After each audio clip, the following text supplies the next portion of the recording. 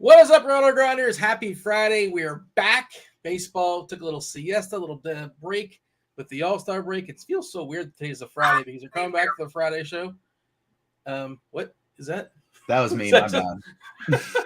Open the YouTube tab on my laptop and the sound was not off yet. Are we doing it live? Can we do that again? Are we live? We're doing it live? I'm getting in my ear. Wait, this piece. We are doing it live, TJ. So we're just gonna power on through. What was that noise? What was going on there? What was that? That was you. You had myself. I opened the YouTube. I sound like tab. that? Yeah, that's how you sound. God. Good Lord. How do people even listen to this show? All right. Well, my apologies to everybody out there. What's up, TJ? TJ, you got late swapped in here. Happy that you can join us. Hour and 15 minutes nonstop MLB Dfs conversation. Late, not messing around. 13 gamer. I say 13. We just lost Tampa and Kansas City. Tampa and Kansas City was dicey all day long, according to Chief Meteorologist Kevin Roth. We're going to need Roth today because there are several other games. I'll go ahead and drop Roth's weather report into the chat. What's up, chat? Do hit that like button. Do subscribe. Do turn on those notifications so you know when we go live. Do all those things. It's much appreciated. Let's see. I'm sure we'll get an update at some point throughout the show. We still have Baltimore is yellow-orange, orange-yellow for the Mets. The update for the Cubbies, not so bad. It's just straight yellow, and also it's really, really popping as far as Weather Edge. If that game is clean, if that game is good, Weather Edge loves that game for some runs and some homers. Yellow, orange, and Washington. Actually, Washington at St. Louis. Do like the Cardinals a fair bit, so we want that game to get in for sure. TJ, how are things? How was your break? I guess you have this is not your only job. You have a list of priorities. Of course, you do the Agents of Fandom as well, so you're busy with that. But how was your baseball, your sports break? It was a nice little sports break. Got to take some a little bit, like, obviously because of the Agents of Fandom job is still a lot on laptops and phones. I was still pretty active on socials and stuff, but got to take a few screen time breaks, hang out with my wife, hang out with the dogs. We're still fostering a dog right now, so we got 3 in the house. So it was a nice little break, getting things prepped, Agents of Fandom wise, for a busy summer of movies. Got Oppenheimer and Barbie next week, so we're going to be popping out all kinds of content. So, just getting all that ready to roll, and then subbing in for Bobby, just like we're going to be subbing in players out Glasnow out of our lineup for some of these other pitchers today. Looks like we got a new batch of ownership too, so they're the ownership team's on top of stuff as well because.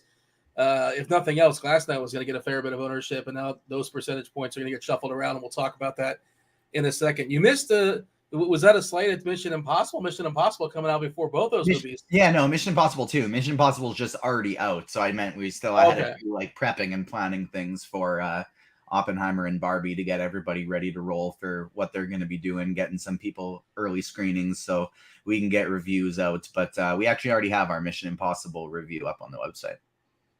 I know that Rotten Tomatoes is all over at 90 percentage points at least at the floor. It's pretty high. So, and this has been much hyped. And I assume, well, you want to spoiler alert? You like it? Your people like it?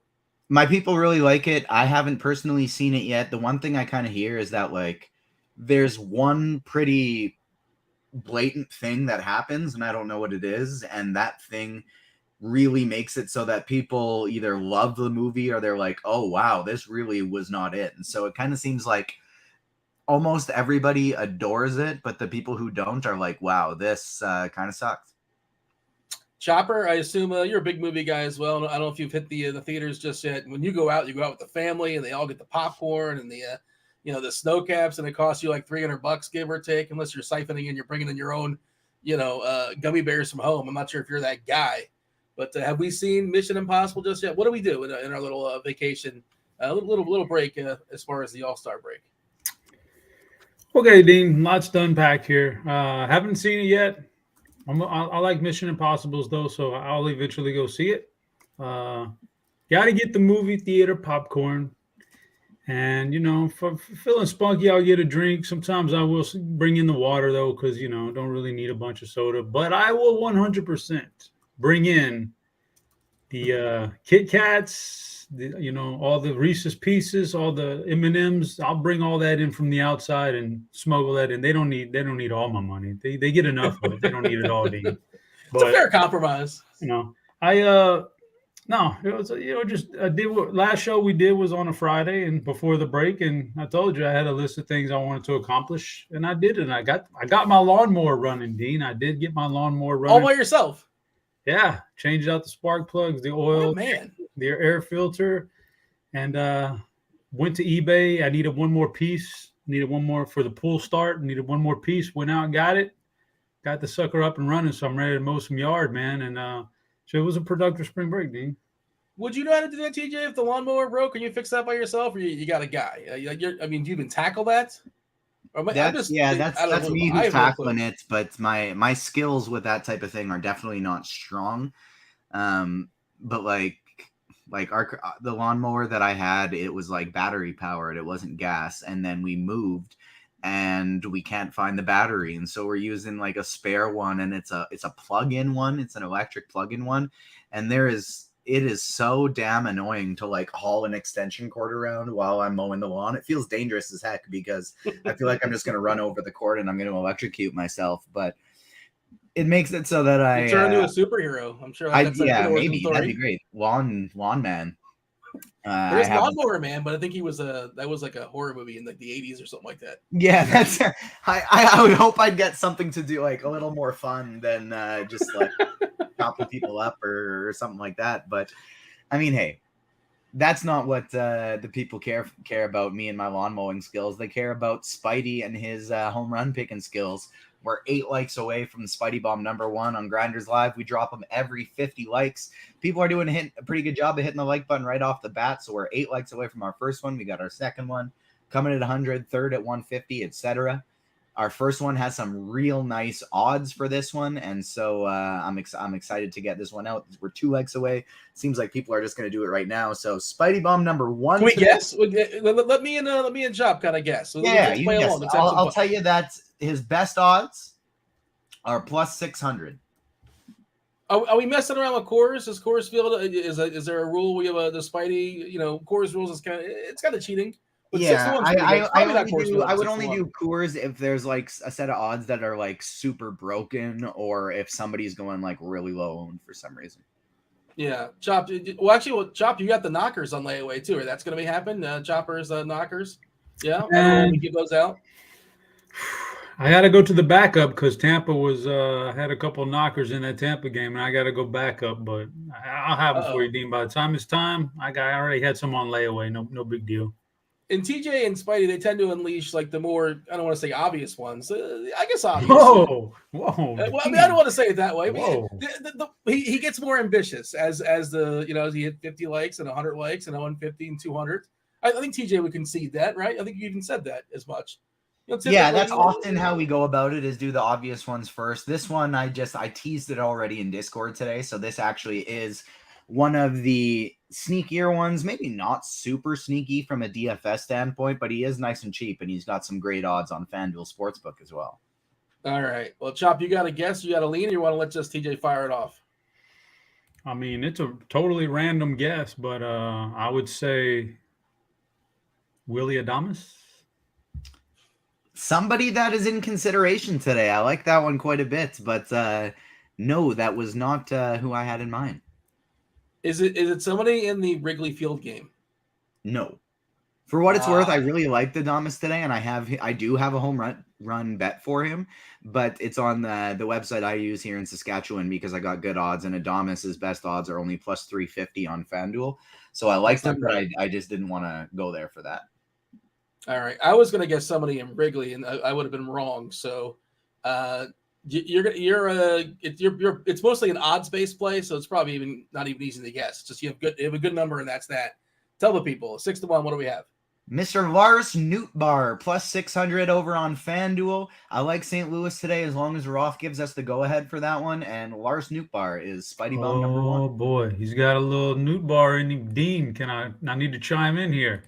Yeah, seems like a good time. Seems like a good time to unleash my BVP play of the day since it correlates with Nootbaar. It can't be Nootbaar. He's barely been in the league yet. I said since it correlates with Nootbaar. Okay, I'm not sure how it correlates. I guess he's also a Cardinal, but go ahead. Well, Duh, Dean. I'm not supposed to cuss on the show no more. We had a big meeting today, but if I could, I'd definitely say something to you right now. No kidding, Dean. No kidding. Yeah. It would have been followed by Sherlock. It's Go ahead. Nolan Arenado, BVP player of the day. He fits a lot of the criteria. The algorithm is spitting out Arenado today. Let's see. Nolan Arenado versus Trevor Williams, 13 official plate appearances in his career, 5 hits, 3 singles, and 2 dongs. Yeah, Trevor Williams is one of the worst pitchers taking the bump today. And we also, like you said, assuming Roth gives us the all clear, and I don't want to keep saying that throughout the show, but hopefully this stuff gets a little bit cleaner as we go. We did lose the Kansas City-Tampa Bay game. We're down to 13, still plenty of stuff, but also plenty of games to keep our eye on. St. Louis is currently in a yellow-orange as far as, Ross, he's giving that to, it's not red, so I'm not frightened just yet. Yellow's first, so yellow is the dominant color over orange, so not scared just yet. And again, he'll come on in an hour-ish and give you guys a better update as far as what's going on. Baltimore yellow-orange, as well as yellow-orange for the Mets. The Mets hosting the Dodgers. Williams this year get up 1.78 homers per 9. That is too many, and he's just not missing any bats. He's a terrible pitcher. The ballpark plays pretty fair, but I did want to hit up. Let's see what it is. Weather Edge. Let's see if it's changed. It usually changes every hour or so. I've not refreshed this in the last 15 minutes or so. I think we had the fire emoji in St. Louis. We do. We do have a fire emoji in St. Louis. It's 86 degrees. Wind is blowing out toward left field at 9 miles per hour. In 112 previous games, we've seen an increase in homers at just 5%. So nothing crazy there, but we do like to see the fire emoji. That includes the 70 dew point. People love their dew point. Not the only fire emoji on the slate for what it's worth. The Cubbies in a huge sample. Oh, wait, I thought they had a fire emoji. They might have lost it, but still in 171 previous games, we're looking at 81 degrees, 70 dew point, 9 miles per hour. 9 miles per hour basically to center field, 47% increase in home runs in a massive sample. So that looks really, really appealing. 27% increase in runs in general. Was there another fire emoji? Yes, Cincinnati in the Great American Ballpark. The sample's not huge, just 60 games. And we haven't seen a huge change, like 0.9% in homers, 2% in runs, actually a negative. But it's 89 degrees. And we're talking about a bit of a miles per hour out there to center field, left center field, 4 miles per hour, 65 dew point. So that looks like a good spot for homers and runs today. Of course, this is a Coors Field slate. We don't have everything in the slate. We also have Coors, the Yankees and Coors against one of the worst pitchers in the slate in Austin Gomber. Therefore, they have, a 6.5 total? That kind of leads us to the screenshot here, Chop. And 6.5 total for the Yankees. Atlanta always is awesome. They're facing Michael Kopech, who's been mostly good, sometimes bad, coming off the IL. Tough landing spot for him in Atlanta. A lot of good pitchers. A lot of teams have not a lot, but a fair bit of number of good pitchers, right? A lot of teams are resetting. So we're not seeing a lot of gas cans because, they've been able to reset their rotations. Chop, I'm going to need your screenshot, your 30,000-foot view as far as this slate. What are we looking at? Well, Dean, I don't know what to tell you. Yeah, there's a lot of good pitchers, and there's some bad ones too, Dean. It's a big slate, so we'll see how it plays out. But my general view is, I lost one of my top 2 pitchers already, Glass. Now, I was prepared to eat the chalk, no big deal. So I'm down to 4 guys. I'm down to 4 guys who I really, I prefer tonight on the DraftKings, which I'm playing both sites, multiple lineups. So you got lots of wiggle room here, but I'm down to 4. I mean, some of these other guys, the rest of them, we could talk through them, but I like to go through and see what pitchers can I poke the biggest holes in, Dean, you know what I'm saying? Which ones can, for example, Corbin Burns. Yeah, I like Corbin Burns. Great pitcher, nice salary, but my God, do I really want to go at Cincinnati, and face that lineup the way, how it's been? I don't. So there's holes there. There's holes in some of these guys. The 4 guys that at the top of my rankings are guys I feel pretty comfortable. There's not as many holes, and or the salary is really, really good, and so or there's some really good things about them. So, that's the way I see it. Out of all these pitchers, it's kind of not. I'm kind of just not feeling a lot at the top there. I got 4 guys picked out for you, Dean. You mentioned DK. Luis Castillo is just getting a distinct discount off the other guys. So 8.9K. I know Castillo's been a little bit rough, I suppose you can say. It hasn't been exactly Castillo-like of late, but, peek under the hood, it's nothing outrageous. I think his miles per hour, his velocity is down just a tick or so, but you got to feel good about his matchup tonight. Across the board, myself, Dave Potts, STL Cards, Kirkwood will be on later. We all ranked him number 1 in our consensus value rankings. Ohtani, number 2. Oh, we should mention FanDuel. You cannot play Ohtani as far as a pitcher. You can play him as a hitter. My guess is that they didn't know that he was pitching today, and they had him in the hitter pool. I don't really know what happened, but that's probably what happened there. Maybe the Angels reshuffled their rotation, but however that goes, no Ohtani. He's not available to pitch on FanDuel, so that certainly changes the slates. I'm curious who your 4 pitchers are. Let me ask this, Chop. You're running like 20 lineups or 50 lineups, 100 lineups? How many on DK? 150 each side, Dean. 150 each side. Okay, so you're going to have more than 4. You're like 4 main ones, I assume, yeah, 4 right? main ones. 4 main ones. Okay. Dean. All right. TJ, well, we can guess these pretty quickly and pretty easily, right? I guess we'll hit guys that, that's maybe one of the fringe guys, like 3 or 4. Castillo's got to be one of your main pitchers, right? Chop, I assume on DK at 8-9. He's number 1. I got to assume it's Castillo, Maeda, Morton, and Ohtani. You're close. I think it's 3 of those. Like he's gonna. Are you using like Blackburn to open up salary, something like that?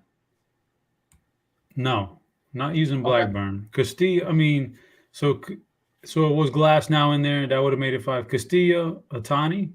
All right, those are the 2 big ones. Castillo I like much better, but I mean, this is just the Houston lineup is just not very good right now. So I think you got to go put some Shohei in there, sprinkle him at the top. Maeda is obviously. That's a great salary. I'm in on him tonight with that matchup. He's been striking guys out, so that's one. I guess I figured the other one. I guess it's not as chalky as I thought it was, but Alcantara 6,800 on DraftKings. I figured that'd be a lot chalkier. Yeah, when I saw that salary, I wasn't initially prepared to be that far in on Alcantara, but I saw that salary, man, and I'm like, all right, he's got to be there because. Although I don't want to attack Baltimore too much, I can't pass up. See, he was looking a lot better before the break. He was looking like he was starting to kind of regain a little bit of his old ways. So I'll take a chance on him at that salary for sure. Yeah, he's in my pool as well. I don't know if he's going to be in my primary lineups or not, but certainly in the pool. Like you said, 6.8K. At some point, the hate's gotten too far, and that seems a little bit too cheap when you consider all things. And he's a guy that theoretically he can go like 8 innings, like if BABIP's on his side. Last year he had what? I know last year and this year are distinctly different. Whoa. Last year Blackburn's not even starting anymore. I gotta adjust more now. He was my second highest. Glass now was my second highest owned guy. Then and then it was Blackburn, and now it's Ken Waldichuk starting. Okay, so it's not an opener situation. Waldichuk's fully stretched and he's gonna be the guy, right? Yeah, Waldichuk is the new guy for the Athletics. Interesting. Okay, because I thought I thought it was just gonna be an opener and like whatever, we'll adjust. Waldichuk, for what it's worth, is 6'7" on DK, and he's been pretty horrendous this season. He is one of their bigger prospects. Also worth noting, Oakland called up 2 of their biggest prospects, one of the biggest prospects in baseball, like 30, 35 or so, and he's a 2K catcher, and he has 20 homers this year in the minor leagues. That will be Tyler Soderstrom, 21 years old. Legit power. I think it's like 70 grade power or so on Fangraphs. And we're not talking hitters just yet. Just put it in your back pocket. If you need a cheap catcher tonight, Tyler Soderstrom. I know Maeda is going to be owned to some degree, but I think he's an interesting, just kind of make everything work. Hitting 5th, I kind of love that. Is the lineup already out? Is he in there? Yeah. Oakland just released their whole lineup. That's actually where I saw that it was Waldichuk pitching. It's Noda, Blade, Rooker, Brown, Soderstrom, Giloff. He's also making his MLB debut. He had a bunch of stolen bases, like 20 stolen bases. He's another. I love Oakland. I mean, there's 13. I mean, I know Eric Johnson. I don't know if he's in the chat. He probably loves Oakland, but it's a day ending and why. They're cheap. I think they're interesting as like a secondary stack, and I'm not totally sold that like Maeda is great chalk either, as a general thought. But go ahead, continue. You were saying, TJ. No, that was really it. It was just like, I was going to have a lot of Blackburn, and I'm not now. Yeah. Interesting. Angels, by the way, just dropped their lineup. Oh, I wanted Ohtani to lead off. Neto's leading off. Neto's leading off. Ohtani, Ward, Moniak, Rengifo, Moose, Renfro, Wallach, and Stefanik. Who's missing? Is somebody missing Renfro? Yeah, Renfro's in there. Okay, Ward's in there. All right. I like the Angels a little bit on Fanduel just because I can play Ohtani, but I don't know how much I'm going to build around him. We'll see. We'll talk about that soon enough. But yeah, I think Giloff is also 2K on DK, right? I would assume he is if he's in the pool. I know Fanduel had to add Soderstrom. I think they might have added Giloff as well. They put him like a 2-5, and that's you don't have the roster a catcher. You're not even getting Stillman, and 2K and DK means so much more than it does on Fanduel. So I think it's more of a Fanduel thing or DK thing. But Soderstrom, yeah, I like him a good bit, making his MLB debut tonight. 20 homers. Also, it's good for Maeda. He struck out 26, 27, 28% of the time in the minors. He projects, according to the bat, to strike out over 30% in the majors. So it's one of those. He's got a little Joey Gallo in him, right? You like seeing that. I'm not saying he might just be more of the strikeouts and less the homers. We'll see. But if you like Maeda, you should like seeing Soderstrom in there because he struck out a ton in the minor leagues. Okay. For what it's worth, Kirkdiese is in chat talking about how Waldachuk has been an opener lately. They've been doing some weird stuff with him. And so like last game, he only threw 21 pitches. The game before he threw 62 and went 4 1/3. Then he had a few opening, and then he's had like a bunch of opening games prior to that. And so it's like, he seems to be stretched out to go a decent amount sometimes, but more often than not, he is an opener. For me personally, I just still don't think I can go with Blackburn with him not being the starter. Yeah. Well, let me ask you this. As far as a cheap pitcher on DK, and it sounded like you were on Blackburn, do you have a pivot that's coming to mind? There are some options there. There are different degrees of comfort. Rich Hill is 6K, and he's a man. He's been a man for many years. 43-year-old Rich Hill, whatever he is, against San Fran. Good ballpark. I don't think you're playing Ashcraft. Blackburn, no. Marsh game got canceled. Gomber, I can't imagine. Williams is a no-go for me. I think Hill is the cheap one. Alcantara, maybe Alcantara. What it's worth, like I would rank them Maeda 1, Kramer 2, as long as that game plays, Alcantara 3, Ashcraft 4, and Rich Hill 5 in terms of how much I would play them. I'm running 150 on DraftKings, and I actually do have Ashcraft in my pool. Hill's there too, but I think I like Ashcraft a little bit better between the two. Yeah, maybe. I mean, I guess I shouldn't just throw him away, but he's not been great, and I do like I like Milwaukee today, and that's last 2 games. I like Milwaukee too, for what it's worth. Like I'm gonna have a lot of Milwaukee stacks, but for what it's worth, last 2 games, Ashcraft has actually been really good. Yeah, I guess one of them. Like he's 5K. He's not. I'm not gonna try and act like I'm not. I want to kind of walk that back a little bit. I'm not gonna try and act like he's some phenomenal play today. It's just that Milwaukee strikes out a bunch, and he's 5K. Yeah, I mean, the tricky part is his Ks are less than 17%, and he almost walks 10% of hitters. So, he's not striking guys out, and he's walking too many. Ugh.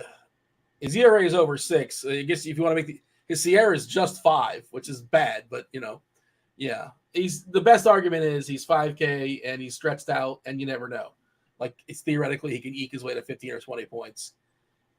What about your pool, TJ? Are you similar to Chop as far as at the top?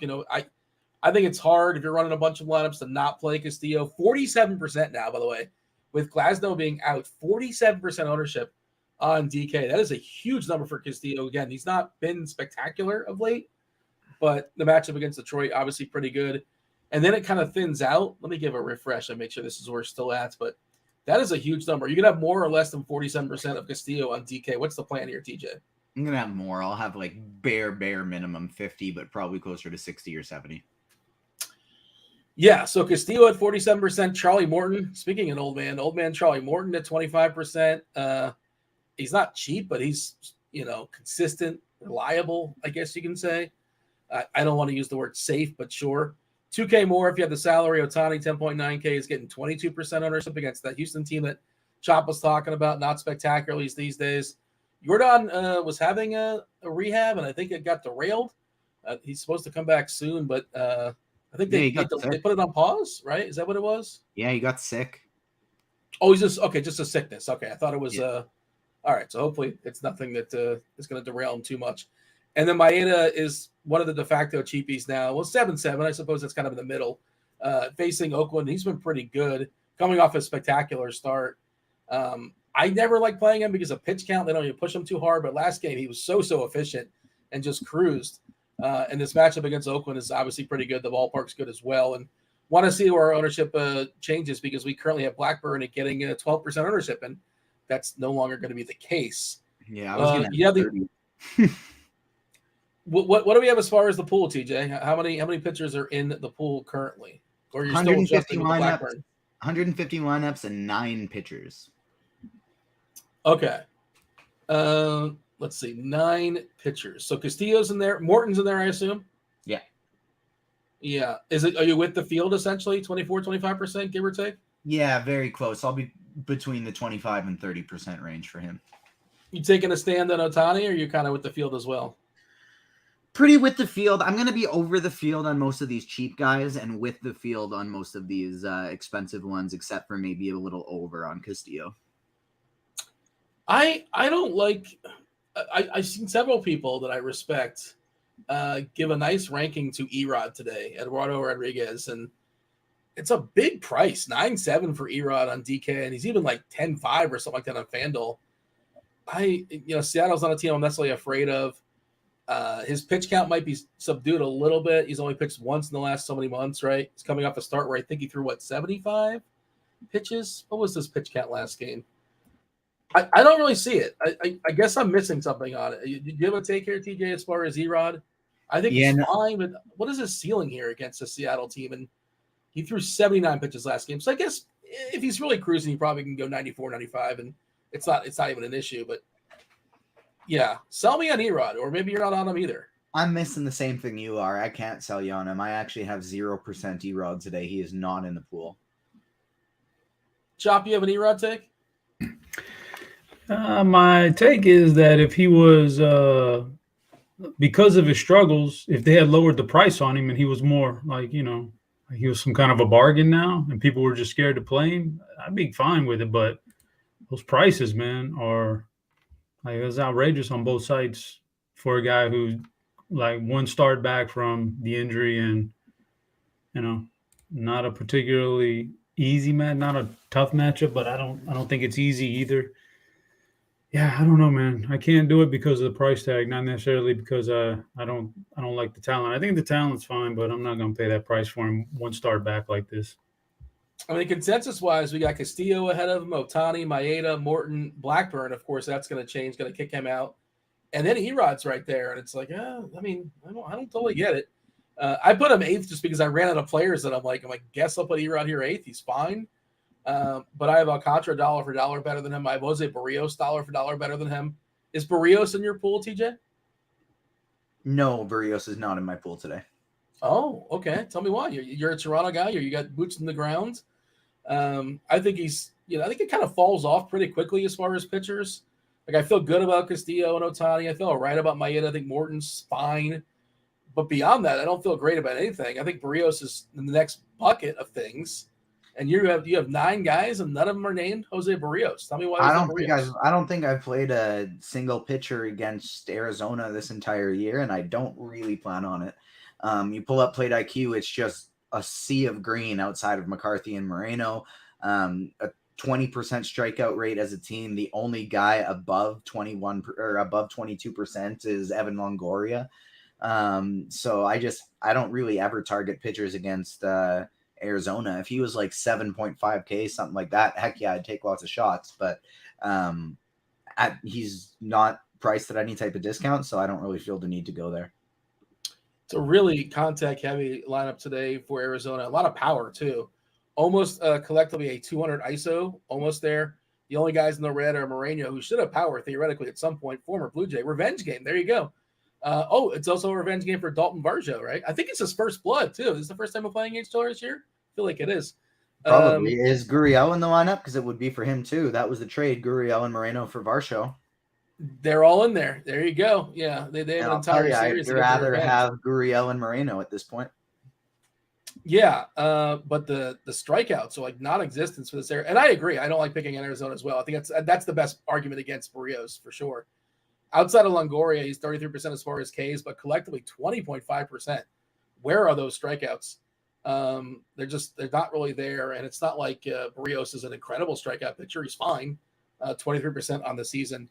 Chapa, you mentioned 4 main pitchers. You talked about him. Is Barrios on the fringe for you? Or do you even bother getting some Jose Barrios? Not really fringe, not really fringy, because of the price tag. Nah, he doesn't do it for me, Dean. Yeah, it's a pretty good lineup. I don't want to mess with Barrios. I mean, I'll probably have him. He'll probably end up making a few teams, but no, he's not really a fringe guy, Dean. But he's in the pool though. He's in the While pool. we're talking about this game, I know we're gonna get some more bats later, but I just really, really love the Blue Jays offense today going up against Nelson. They're going incredibly low owned, and we have reached over 100 likes today. Oh no! And Spidey Bomb number 2. It's my guy, the home run derby champ, Dean Vladdy Guerrero. Spidey Bomb number 2. Let's get us up to 150, and I got a third one for us. Whoa. I'm going to assume, I'm going to go on record and say never in the history of the home run derby, the winner of the home run derby have just one home run in his home ballpark before the home run derby took place. Is he at 1 or 2 at home? I think it's 1 or 2. 2 or 3 at home now. I think he got 2. Okay. 2 games in a row. He got 1 at home. So the floodgates kind of opened when he got the first. Point still stands though. Nobody's ever had 3 or less homers at home. It was so weird. Like for one, he just hasn't been as good this year as he has been in the past with his power. But like they raised the walls up a little bit, and he just like has fired some line drive doubles right at the top of the wall. And so a little bit of unluckiness and a little bit of he just hasn't been as powerful as he was last year. They were unsure though, like because like some of the walls were lowered and some were raised, and they weren't exactly certain how the ballpark was going to play. And I guess I don't know if they have a big enough sample size, right? But yeah, they thought that some parts would be but then put up higher. Yeah.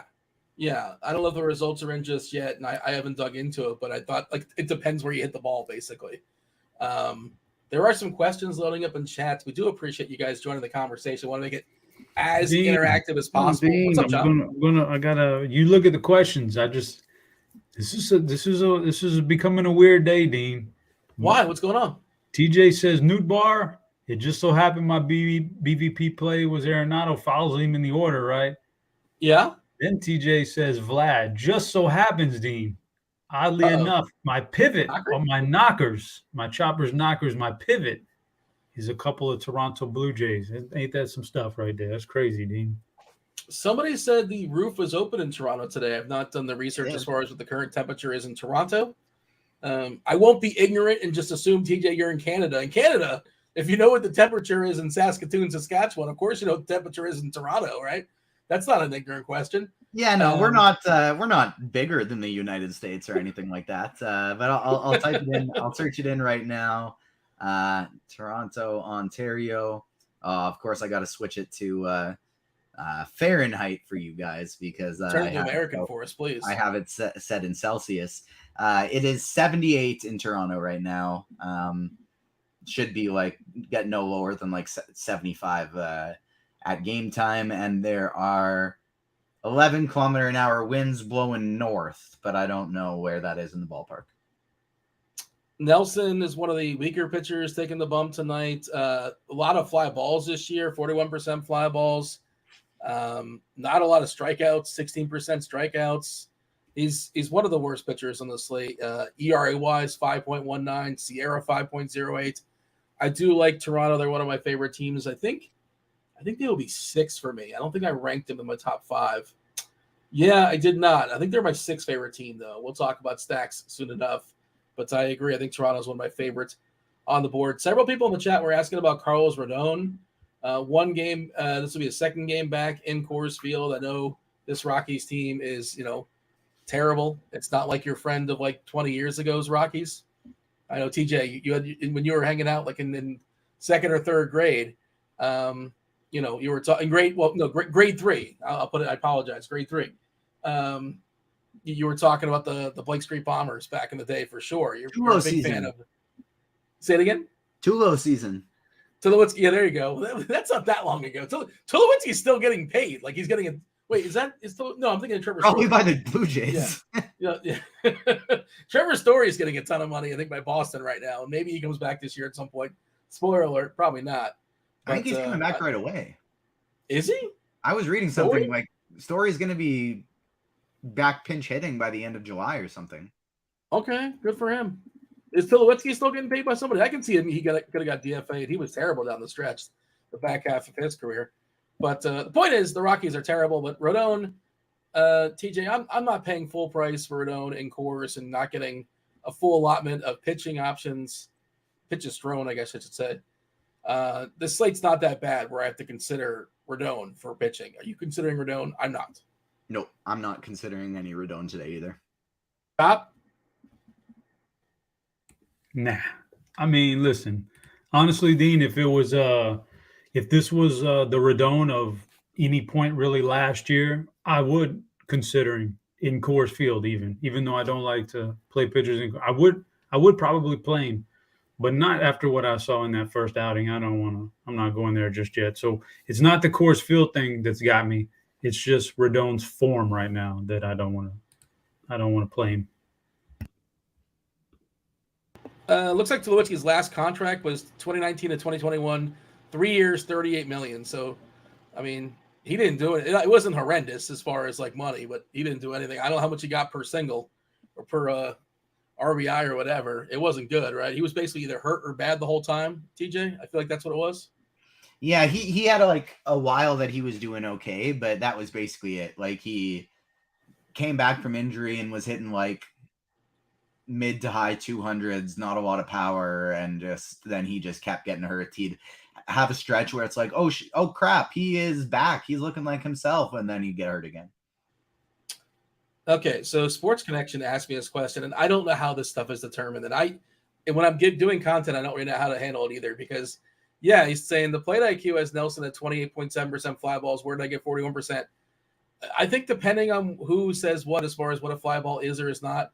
But Fangraphs has a different percentage of fly balls than the RG plate IQ. I assume it's all relative, but yeah, I don't. How do you handle that, Chop, as far as the fly ball stuff, or TJ? I'm sure you guys notice this as well. Just different numbers depending on where you're looking. I don't know who has the official numbers, but maybe I guess Fangraphs is more liberal in terms of like determining what a fly ball is and is not.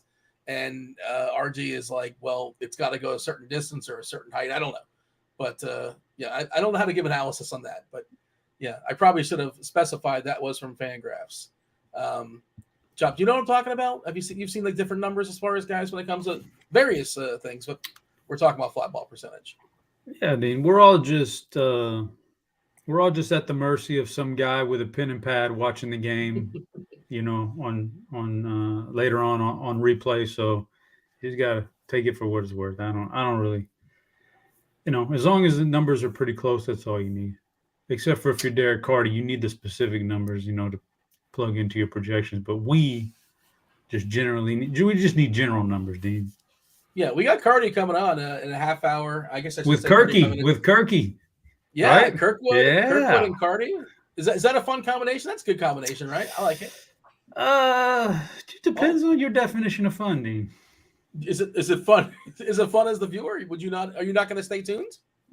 What, you're not going to listen? I got 300 lineups between the two sites. I probably won't be able to listen in today, but I always like Kirk's analysis, man. He's got some good stuff. He says he's a baseball savant, so I like to listen to his analysis. I don't understand. You can't listen and make lineups at the same time, or you have like your lineup making music, like you have like a playlist. No, I find that if something's playing in the background when I got a crunch like that, like a crunch time, like like I'm trying to build a bunch of lineups, I'm trying to sort everything, and something's playing, I find myself stopping too often to listen to it. Like, okay, let me listen to this for a second. Then all of a sudden the timer is counting down, Dean, and I'm like uploading the CSV with like 35 seconds left. I can't even count the number of times I've done that. And you're like, oh my God, this is going to be the one time it doesn't make it. I've never not made it, but I just the distractions. I can't have the distractions. I'm sorry, Dean. I still got to learn how to do that. I know that's not. I'm more of a hand builder these days. I don't know how to overlap or lineups that are already in there. It's a whole thing. One of these days I'll figure it out, but I'm still kind of staying in my lane. We did get an update, by the way. Roth has now got the Dodgers and the Mets straight orange. So, Urias, I think Urias is pretty interesting on FanDuel.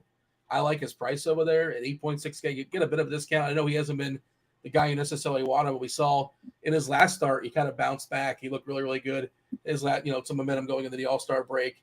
Verlander on the other side, it's 2023, so we're probably not interested, and also facing the Dodgers, so we're probably not.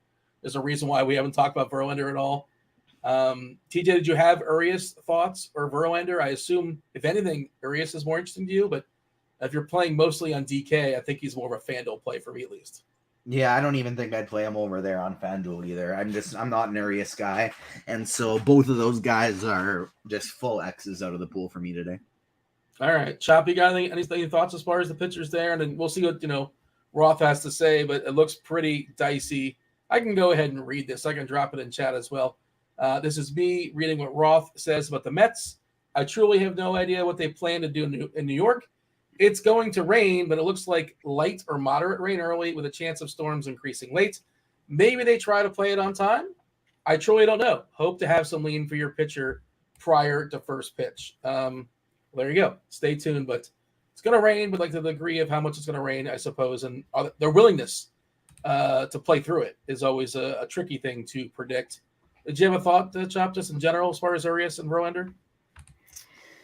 Dean, it's a tough one because it's not like I was Xing these guys out of the pool just yet. I think there was a path for them. Each one of them, Verlander's pitched much better lately after that really rough start after the injury and finally coming back. And, Urias has a decent matchup. He's not a bad pitcher at all. He needs to get his footing again. So I wasn't rushing to play him or rushing to X him out of the pool. I did notice that, if there was something to the Mets lineup today, maybe we could have got some stolen bases if it ends up playing. Urias has not been particularly great at holding guys on, so maybe that's something to look forward to. Is Vogelbach in there? Maybe Vogelbach. Oh man, good. Well, I don't know who's in there, but they do have some. They do have some steals in that lineup today. So, over the break, Dean, I did tweak my model a little bit, and I included. I got the stolen base totals now for you too, if you need them. Do you have the homer? You have the homer totals though. That's still open for you. Sure, Dean. And is Cleveland still like the dirt worst as far as their starting lineup? Tonight, okay, I haven't done in the last 10 minutes. I haven't updated the lineups that came up in the last minutes. No. Oakland's going to be low too because they got some rookies. And okay, so that's the thing. This is the flaw with your model, Chop. Soderstrom's got 20 in the minors, but 0 according to your model. It's fine, Dean. You have to, I'm not saying that. I'm not certain people who are running out to build a projection system right now out of thin air. I'm not projecting, Dean. I'm just I just want to have the number. So yeah, you got to just manually take that into account. Oh, Oakland's got some rookies in there. No big deal. Well, good, because some of the numbers are really bad. Like the average numbers, it doesn't matter what those guys are rookies. The zeros for home runs and the zeros for stolen bases. Okay, I got to take that into account. Oakland, the rest of that lineup is hitting 215 this year, and that's not, adding all 9 guys together. That's like at that batting average, John? Yes. We're talking batting average? Yeah, we're talking about. But anyway, Dean, you said home runs. Cleveland, no, actually, so far on this slate, and this is weird. Pittsburgh, are they playing any rookies? Because they've got the lowest number of home runs. McCutchen, I think, is hurt. Yeah, I think McCutchen went on the IL. That doesn't matter. I just need who's in there? Who's in there? Is it any rookies that are giving that as because they've got the low? Davis has been around for a couple weeks or something like that. He's a big time prospect. I don't know if he's homered yet, to be honest. This is not a good lineup here. They don't steal either very much. They don't hit for power and they don't steal. They got a bad combination tonight. Yeah, they're not very. I mean, I'm not playing them. It's not that Ross Stripling's good. It's just that I don't really know how to fully pick on him. I guess Sawinski and Reynolds and Davis. Whatever. The first 4 is not horrendous, but we'll talk about stacks in a second. If you're gonna all right, I got one for you, Dean. What do you got? I'm not playing Rich Hill. That's for sure. I'm not playing Rich Hill. But yeah, this San Francisco lineup, 9 guys, and there's no rookies in there. It looks like, or there is rookies, but they've been playing this year. They've only 9 guys. They've only stole 12 total bases this year. That's horrendous. Yeah, crazy. And the other part of it is once Rich Hill's out of the ball game, they're probably going to bring in a righty, and then Slater is a threat to get kicked out. We'll see Flores a threat to get kicked out. I'm not pulled up their chances to get pitch hit for, but and that's I've seen like people talking about Flores as being a nice little cheapie today, and sure, in theory, I guess he can be, but what if he only gets 2 or 3 at bats? And I guess you're probably not supposed to make lineups and you're scared, but there's a big downside to playing the Giants, and the ballpark also stinks too. We'll get to that, and it's 13 games. Like if the Giants beat me, so be it. Whatever. I guess that's possible. How is that going to happen? Paint that story. I guess they can hit 4 or 5 homers. I suppose that's possible, but I don't think the Giants are the team that beats me. Do you want to give the summary here, TJ, as far as pitchers? I'm checking out the chat, seeing if anybody we missed want to bring any pitchers in that we get to talk about. I feel like we talked about pretty much everybody. Eric is asking about Burns. We kind of mentioned him in passing. He's fine, I guess, but who really wants to pick on Cincinnati? Certainly not in that ballpark either. If you're making tournaments, large field tournaments, if you want a piece, sure. Not going to yell at you. Steve Jones, Michaelis. The problem with Michaelis is he's a guy that can go 6 or 7 innings, and what is the ceiling on him? You're begging for the BABIP gods to be on his side. He's not going to strike a bunch of people out. I think he had like one outlier start the season when he had like 6 or 7 or 8 strikeouts. But otherwise, that just pretty much never happens. Also, there's weather issues there too. TJ, your thoughts on Michaelis? For me, it's just a no. I'm not playing Michael. And also, Washington doesn't strike out. So he doesn't strike guys out, and Washington doesn't strike out. They're going to pop out and ground out, sure. Michaelis, TJ, and just a summary as far as pitchers in general. Yeah, Michaelis is going to be a no-go for me. He's not in the pool at all. I got a total of 9 pitchers in my pool today for MME. This won't get bigger, but it might get smaller depending on weather. If we lose Baltimore, well, I got Dean Kramer and Alcantara currently in the pool that they're going to have to get X buttons on. So Castillo is going to be my highest owned guy by far. He'll be in over half my lineups. I like the matchup against Detroit. He's one of the very few pitchers that doesn't have any type of weather issues to worry about. And I also just like that it's the last game of the night as well. That's kind of a nice thing to have there in lineups, just for being able to see yourself rise a little bit up those standings as opposed to drop. Morton is probably going to be number 2 alongside Maeda. Those are going to be my next highest owned guys, with Ohtani right behind him. And then I have, just as guys that I'm sprinkling into the pool, I guess I'm kind of like Chop, that I really have 4 guys that I'm going to have a lot of. And then everything else in my MME, it's just going to be sprinkles. And so I'll have a little bit of Ashcraft, Hill, Alcantara, Kramer, and Corbin Burns as well. We did get an update with ownership. We took Blackburn out. Did we add? Are people going to play Waldichuk? I don't think so, right? I'm sure he's in. We're giving Waldichuk 1% ownership. Yeah, I don't. People are not going to roster him. Where do those percentage points go? Castillo's out almost 50%, 48%, and change. Ohtani and Morton are both 25%. This is on DK. Maeda at 20. Erod is at 10. Verlander's at 10, which that game was a straight orange, and he's facing the Dodgers. Like, you can have Verlander at 10%, enjoy it. That's not for me. Barrios at 7, Burns at 5, Kramer is at 5. I think Kramer should be higher, personally. If I was running a bunch of lineups, I would get more than 5%. I think Sandy Alcantara should also be higher than 4%, where he's currently at. Chop, your thoughts on the reshuffling of ownership and just anything you want to add when it comes to your approach to pitching tonight. Dean, is there a hitter in the league called Kramer? Is there a hitter called Kramer? Oh, are you doing like a Kramer versus Kramer bit? Yeah, we need a Kramer versus Kramer matchup, man. That movie was nominated for like best screenplay in like 1979 with Dustin Hoffman. I've never seen it, but it's just, It's about divorce. It's not a fun movie. Okay. All right. Well, anyway, Lip is in chat, and he's asking me my opinion on an Astro stack against Shohei, and my opinion would be no, thank you. It's just too weak right now, and you can BVP is what it is. Some agree, some don't agree, but there's a lot of guys that will be in this lineup that do not have good numbers against Shohei, and this is a division opponent, so they've seen him plenty, and So I'm going to pass on that. I don't think a Houston stack wins tonight. You could try to get the random homer if you think that's going to happen, but otherwise, Dean, I think he kind of 4-pitch for me. It's nice and clear. Even though there's a big slate, it's clear that 2 spin ups for me: Luis Castillo, Shohei. So if I'm a spinning up, I feel good about going those guys. Maybe overweight the field on those, way overweight on those guys. And I don't have to reach too far for the value play because Maeda and Alcantara, especially Maeda, projects really well, and he's cheap. And Alcantara does not project as well, and that's driving down his ownership.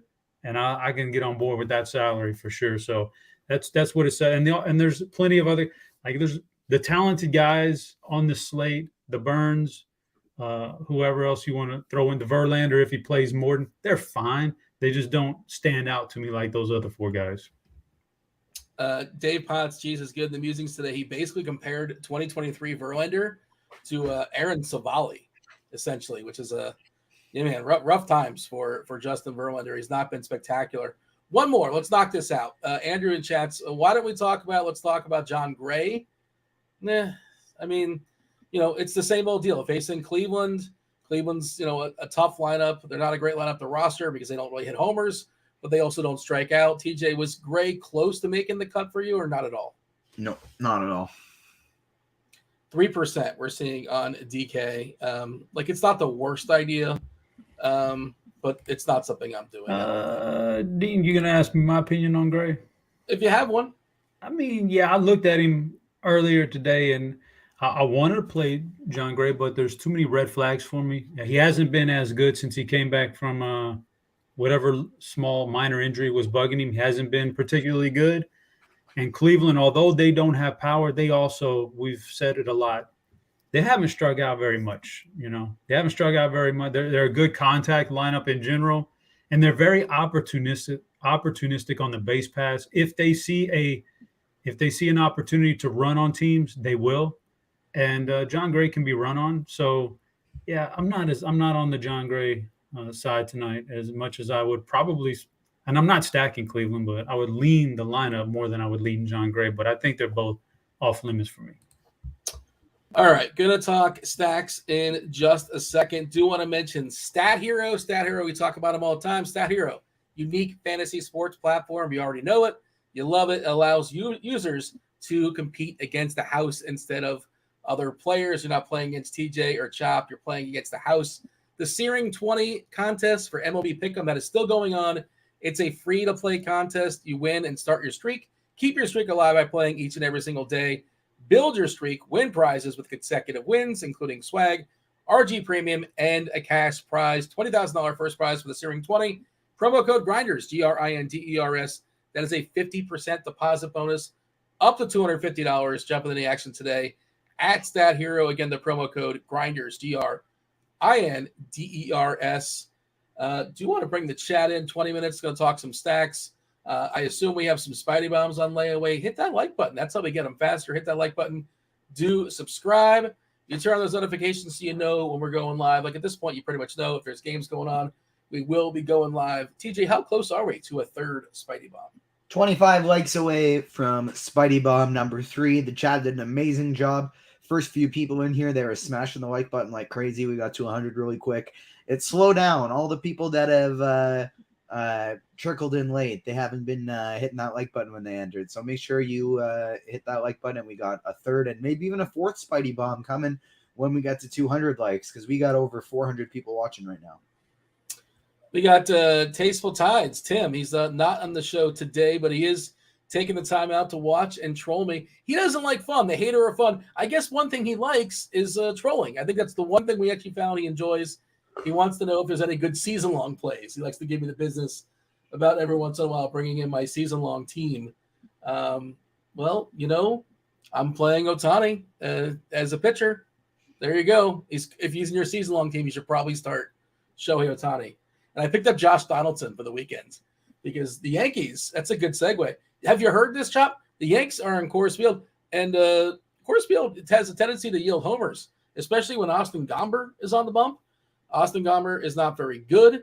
Do we officially have a Yankee lineup? I don't know if we have. Do we see it just We yet? don't, No. but DraftKings seems to think we do, and they've just put some like really wonky lineup out there that they have listed as confirmed for the Yankees, but it's not accurate. Okay. Is it, how wonky are we talking? Is like is like Derek Jeter on there? Is he making an appearance? No, there's Bernie just like Williams? Volpe is batting 8th and things like that. Okay. Yeah. And some people like to just yield to whatever the sites say, but that's more times than not, they're going to be behind on things. They'll catch up eventually, but get the RotoGrinders app. Download the RotoGrinders app. You can get push notifications there for every lineup that comes out. That is super helpful as well. Or just check out the lineups page. That's why I'm the lineups page. Once a lineup becomes official, it turns to white as far as the backdrop. We have the projected lineup where it's currently like pinkish red. So that's why I was staring at it. I'm like, I don't think we have a Yankee lineup just yet. But yeah, Chop, that's one of the big decision points as far as the slate. 6.5 total for the Yankees, locked in for 9 against the Colorado Rockies and Austin Gomber. No, there's they're without Judge, but still plenty of power as far as these Yankees, and specifically versus lefties. There's some small sample stuff, but the Yankees have really annihilated, smashed, pummeled, whatever your adjective of choice you want to use against left-handers this season. Even Josh Donaldson, old man Josh Donaldson, has hit lefties pretty hard. Volpe's been great against lefties. We're assuming he's going to lead off. Stanton, a 400 ISO, 27 at bats. Again, I feel like they have not seen a lot of lefties this year. I know Stanton's been hurt as well. Bader, master of his own domain, almost a 600 ISO, which is outrageous. But again, just 36 at bats. A WOBA of 562. Chop, this is a big decision point. Are you in? Are you all out? You're running 150. Maybe you're going to be with the field as far as the Yankees and just going to beat them elsewhere. What's the plan here?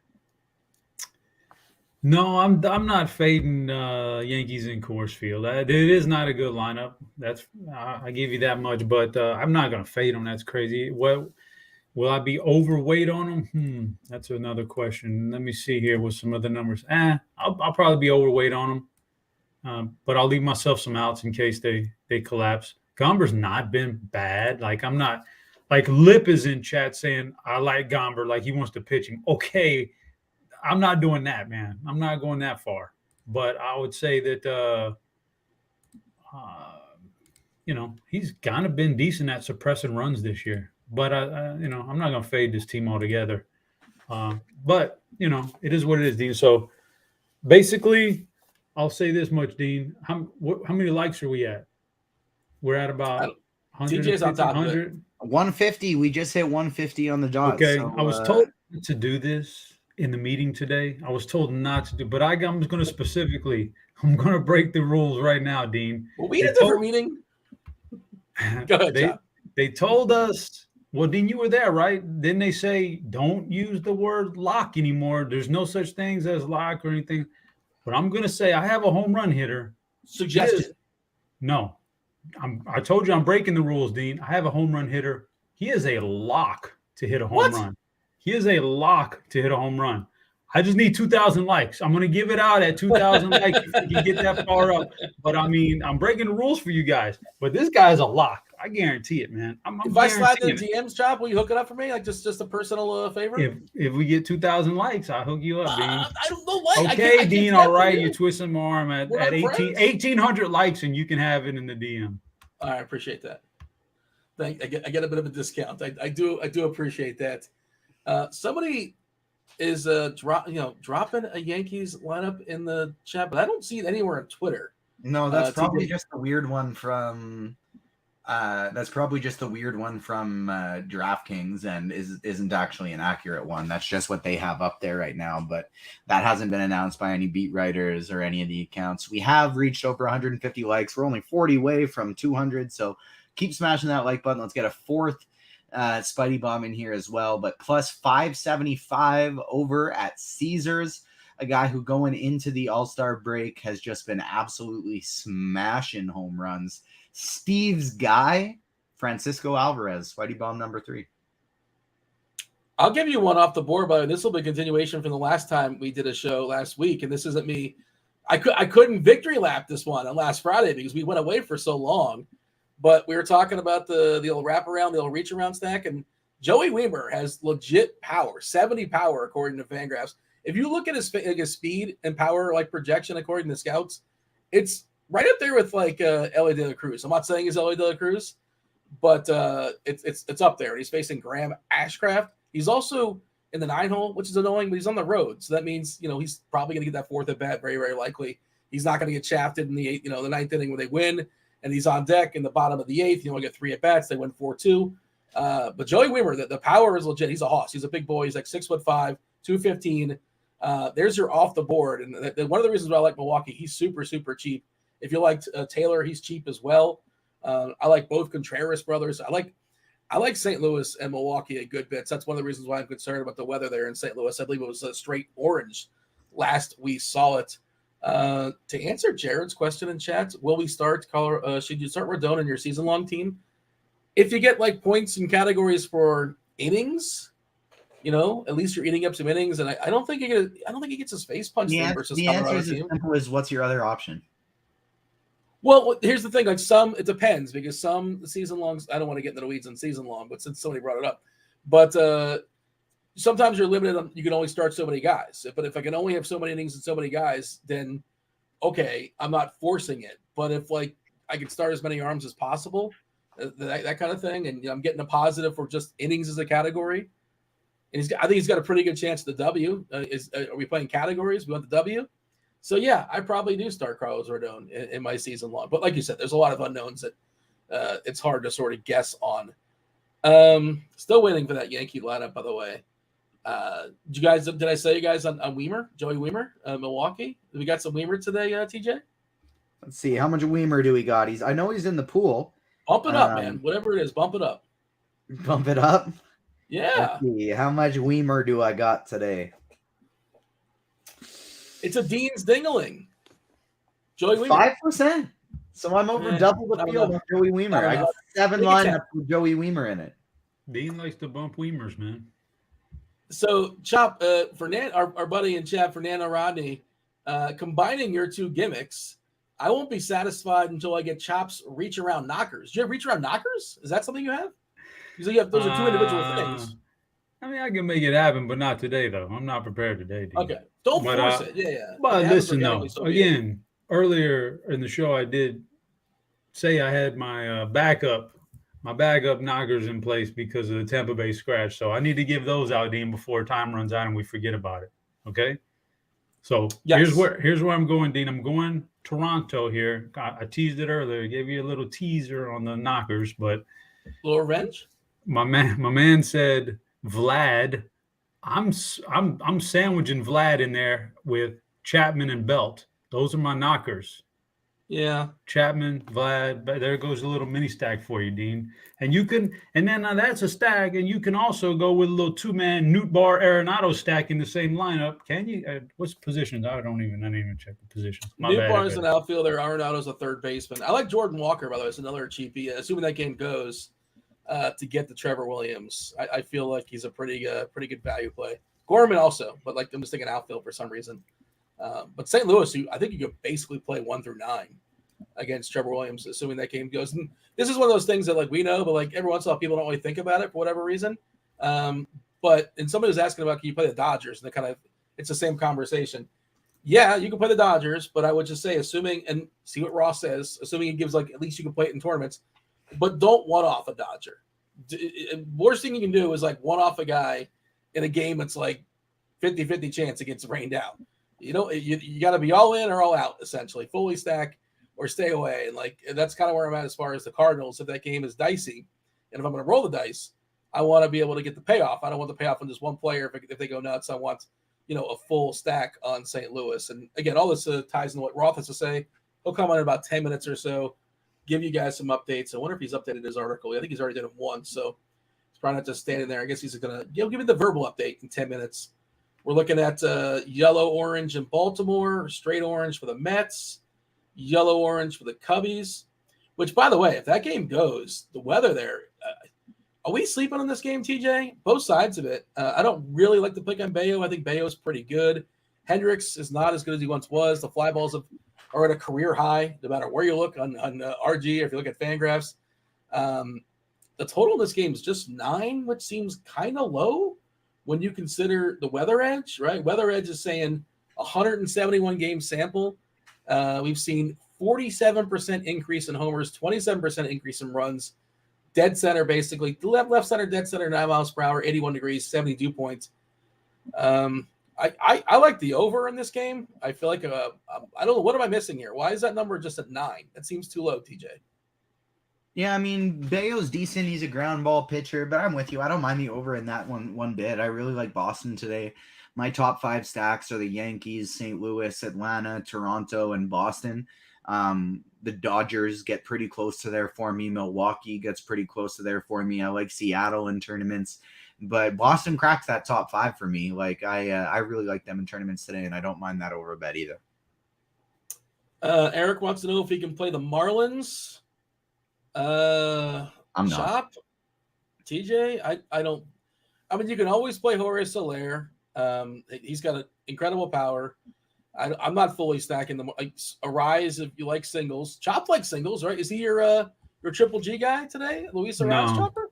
No, he's not. My triple G I'll give out as soon as we get the last Spidey bomb here in a little bit. But no, it's not Arise. Although he's a fine hitter, Dean. He's all right. But no, I'm with you as far as Miami. Like, they're just not without Jazz. They're just not a very good lineup, but they've got a couple of hitters in there that I can use, specifically Soler. So yeah, it's not a full on stack.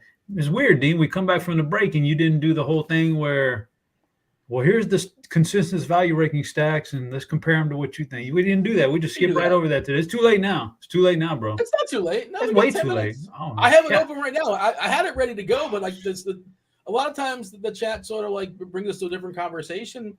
And it's a free-flowing conversation. We have a format, but it's kind of a loose format. But again, we got plenty of time. When the crunch time guys come on, they have a very strict format. They keep to it. They go around the horn. They give their favorite plays, their favorite stacks. They answer all the questions. We have more time. We can kind of be a little more freewheeling. Myself, Kirkwood, he'll be on in a minute. Well, 10-ish, give or take. Dave Potts, Cheese is good. STL Cards. By the way, I'll be on Sirius this weekend with STL Cards. I believe it's 5 to 7 on Saturday. Get excited about that. Sirius XM Fantasy Sports Radio. Check us out. We're on Saturdays and Sundays. Chop, you on this weekend? Nope. And I'm hoping I've fulfilled my serious obligations for the year, to be honest with you. You're checking out? I'm hoping so. I mean, I didn't exactly I wasn't something it's not like they had a sheet out on the table and I went and voluntarily signed up for sitting there for 2 hours with you guys. But wait, it was thrown at you? You had no idea it was coming?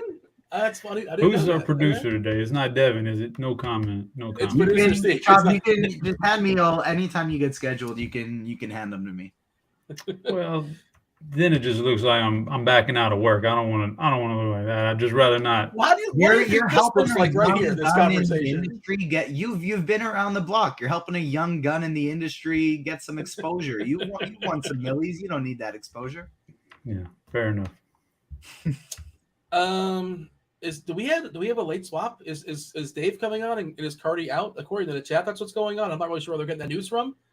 Maybe producer Steve can let us know. But you're probably getting falling for fake news. Well, I asked the question. I didn't say this is officially what's happening. To be clear, I wasn't parroting it. I put it in a form of a question as if I was on Jeopardy. But you're saying that's incorrect. Cheese is not on, and Carty is on the show, correct? Yes, correct. Thank you, sir. Apparently, Brian Anderson was scratched, according to Derek. Now, I don't know if that's fake news or not. That's correct. But Naked HD says, I stereo in for him. You know what? Naked HD says Dean never knows anything. I'll tell you what I do know. Maybe he's right, but I know one thing. I know when I ran the Beat Dean's. Wait, hold on. I almost said that wrong.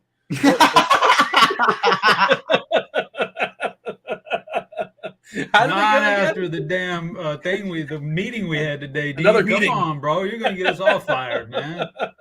We all had to go to this meeting just specifically for things to be told to Dean, for him to act more professional, essentially, on and off the air, because so many people had complained about Dean's antics. And then first day back, he's just worse than ever. So it was a Beat Mean Dean contest, and it was, I think, the initiation, the very first Beat Mean Dean contest we had. I took on Naked HD, and I'll tell you what, I know one thing. I know one person didn't win that contest, and it wasn't I won. I beat Naked HD. We got to run that back. We'll run that back. Maybe we'll do it in the Discord. We'll find some people in the Discord, get some energy in the Discord channels. We're going to have some fun, have some giveaways, give away some RG Premium. Chop, you were asking about the stacks, right? Collectively, no surprise. Myself, Kirkwood, Dave Potts, SDO Cards. We have the Yankees #1. We haven't talked about Atlanta all show. Atlanta's always like they're just a juggernaut. They're an incredible offense. Kopech has been good and bad at different times this season. Coming back, No, they were correct. The DraftKings was correct with their wonky lineup. It's Torres, Stanton, Rizzo, Bader, Donaldson, LeMahieu, Kiner, Falepa, Volpe, and Higashioka. Well, they have sources apparently. They got boots in the ground. How about that? We were talking some smack about them, and they actually got it correct. Atlanta's #2, St. Louis #3, Boston #4, Tampa. Well, we got to adjust that because Tampa's not playing anymore.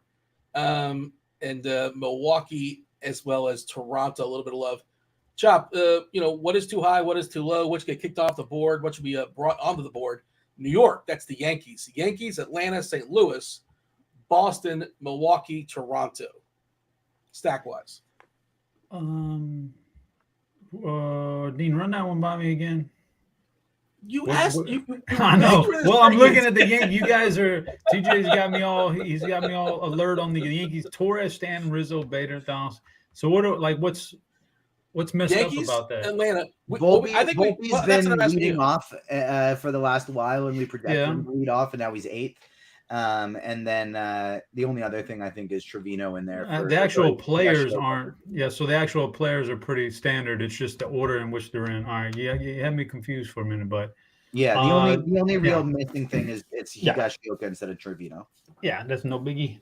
All right, Chop, so single entry stuff. By the way, I'm curious. Nah. Because I'm thinking of maybe fading some Yankees in single entry, especially on Fanduel. Oh yeah, for sure. They're really cheap on Fanduel, and the ownership's going to be outrageous on Stanton. And we just dropped the lineup. What's the shortstop? Right? Or second baseman or shortstop? Torres. No. Volpe. No. Glaber. Torres is like $3K over there in Fanduel. It's just I think I'm supposed to not play him in single entry tournaments. That's that's what people say about baseball. If the ownership's too high, you can fade them. But I don't know. Yeah, I'm fine with that. All right, so the Yankees, I still have them as my #1 stack. Tampa's off the board now. I'm going Atlanta, Dean, because even though I don't really want to attack Kopech, I think he's a good arm. Obviously the home runs for this team are incredible, but they've got massive stolen base upside tonight too. Oh, Dean, bing, ding, ding, ding. That leads me to my triple G play of the day. Let's go ahead and give it out while I'm talking about the Atlanta stack. Michael Harris. So this no. Yeah. Green Goblin grenade, triple G, even though I should have waited for the Spidey bomb because those go hand in hand. Michael Harris. This could also coincide with a reach around if you want to give out a reach around with the Braves, Dean. Michael Harris, though, but because the stolen base upside is there for the Kopech is one of the worst on this whole slate at holding runners on. So Atlanta jumps up to #2 for me, even though they're expensive and probably chalky, but they've got the power, they've got the speed, they've got the whole package there. St. Louis, #3 for me. I'm going Milwaukee, even though the Milwaukee lineup is typically pretty bad, but I'll still go Milwaukee. And the 5th, man, I had Tampa in the top 5, so now I got to go somewhere else. I'm going to go with – let's go. You say Toronto? I did not say Toronto. You like Toronto? Let's go Toronto then. They were on the outskirts with Tampa being out. I'll put Toronto in the top 5 now, but that's where I'm at, Dean. I'm looking for everything. I'm looking for some power. I'm looking for some steals. You can get there with not just power. You can get, lots of stolen bases if that happens, things like that. So that's my top 5 for you, Dean. I like that the point you're making about Kopech. Kopech on the season is going to have 15 stolen bases in 86 innings, which is pretty horrendous. He had 15 all last year, just 119 innings. But the new rules, he's been poor adjusting to it. And Atlanta, like you said, the power is ridiculous. They're not shy about stealing bases. Harris is one of them. Acuna is on pace for a 40-80 career year, which is completely insane, or close to that. Whatever. Don't bust out the calculator on me just yet. But if he gets on, he's going to go, essentially. What do you want to add there, TJ, as far as stacks? Is there anybody, any one stack you're well over the field on, any one that you're going to be well below the field on, you're taking a big stand on? So interestingly enough, I just did a new build since that Yankees lineup came out, and without Volpe batting first, having him all the way down to 8th on DraftKings, that actually lowered my exposure to the Yankees by about 5%.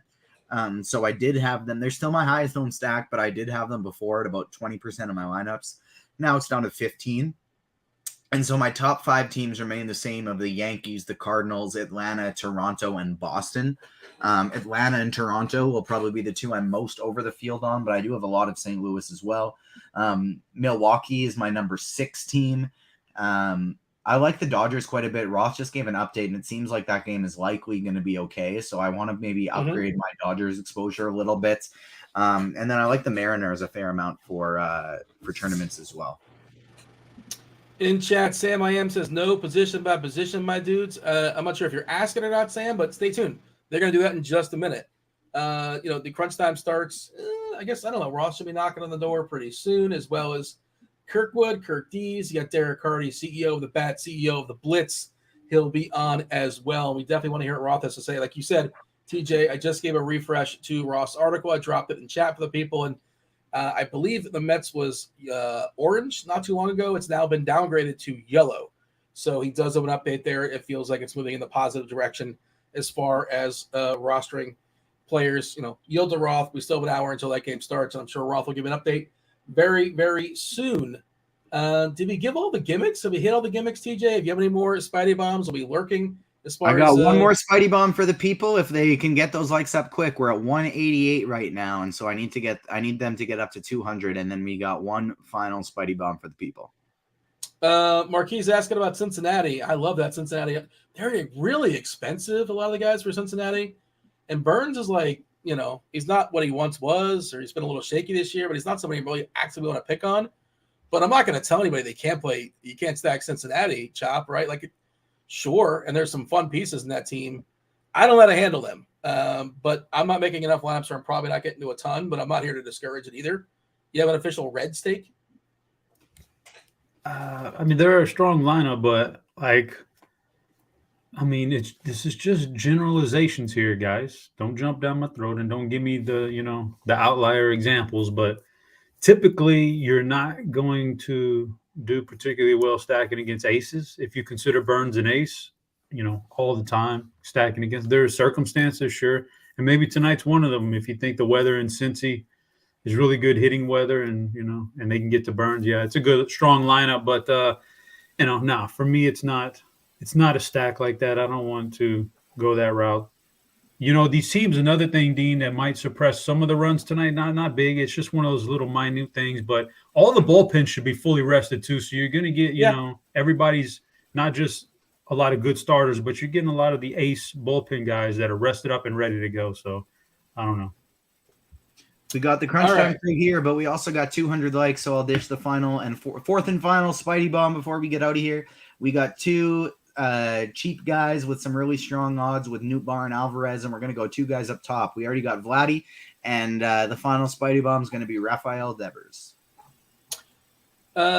Dean's Dinglings. I'll throw those out there as well. If you missed them, we're going a little bit off the board in this one. Roth, you can call it what you want. If it goes over the fence, the points count. That's all that matters. They said we were cool with it, Roth. They said don't laugh at it. I know.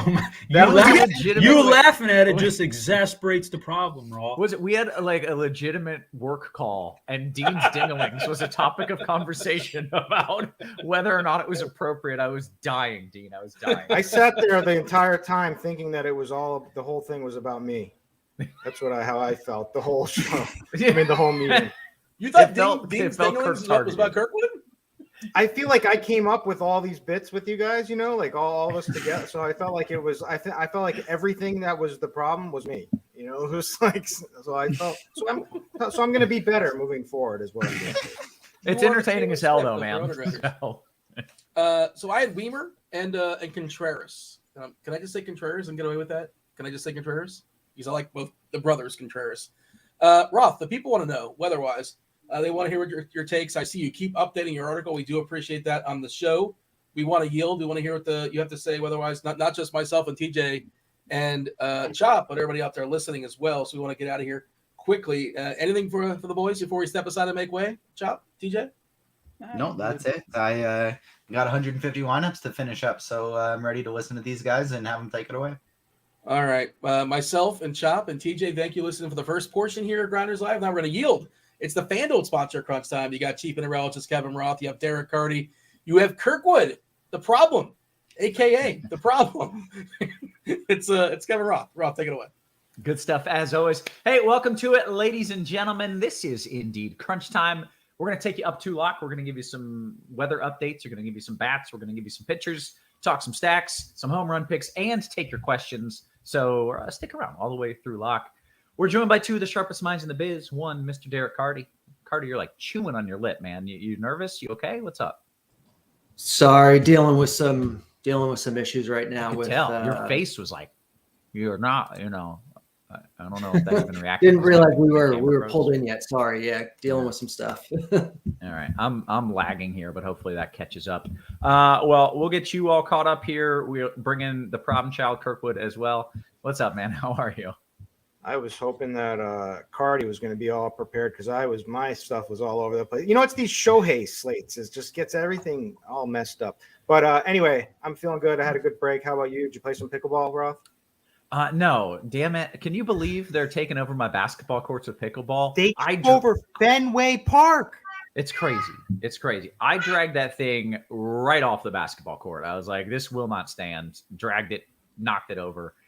But hey, you know what? We've got a whole bunch of people watching, and I think they're here because they would like some weather updates. So should I dive into that? Definitely. Okay. I'm one included. Okay. This is one of those slates where there's so much happening with weather that I'm kind of consistently having to keep up. So I'm going to start right at the top here and just work our way through it. Let me just pull up the weather article so I don't get lost anywhere. Okay, we're going to start in Baltimore. I don't think they've announced a late start yet in Baltimore, but they are most definitely going to. This game cannot play on time, but I do think that the game will play. They don't have to be that patient to get the game in. They could give it 90 minutes or so after scheduled first pitch, and the game would play without issue. So I think that's what they're going to do in Baltimore. I think they're going to announce a late start, and I think they're eventually going to play tonight. And I feel pretty strongly about that. Next game up is in New York, where as of an hour ago, I really had no idea what the hell was going to happen. But this storm that was kind of headed towards New York fell apart. And that falling apart just opens up our chance to play on time, which decreases our chance to run into storms later on. I think New York starts on time in light rain. I think they probably play the entire game without any weather issues. But the later we go, the better of a chance you have of some rain moving in. Is it true, Kirkwood, we want pitchers in New York? Is that the prevailing thought there? Yeah, kind of, but they're not. It's really not a big deal for pitching, to be honest with you. I mean, Urias, we don't know what to expect from him so much, and then Verlander hasn't been that great. So I mean, yeah, they're like the fringe plays. So it's not that important. Well, I think it's going to work. Honestly, I think it's going to work out for pitchers and bats. Just had somebody say it's raining in Atlanta. There are just a few little pop-up showers and storms in Atlanta, and it is not currently raining at the ballpark, nor do I really think it will. There's a low chance of a delay in Atlanta, but I think that game plays likely without issue. Scrolling down, what's next? Oh, the Chicago game. This is my biggest question mark. There's two, honestly. There's this storm that's going to be moving in kind of mid-game. I assume they're going to just try to play and see how much they can get in before the storm arrives. I don't know if they're going to finish the game. I don't know exactly how early that storm comes in. There's a lot of ways that Chicago game can go. And as of yet, I don't know the answer. An hour from now, when we're closer to first pitch in Chicago, hopefully I will know the answer. But right now, I don't know.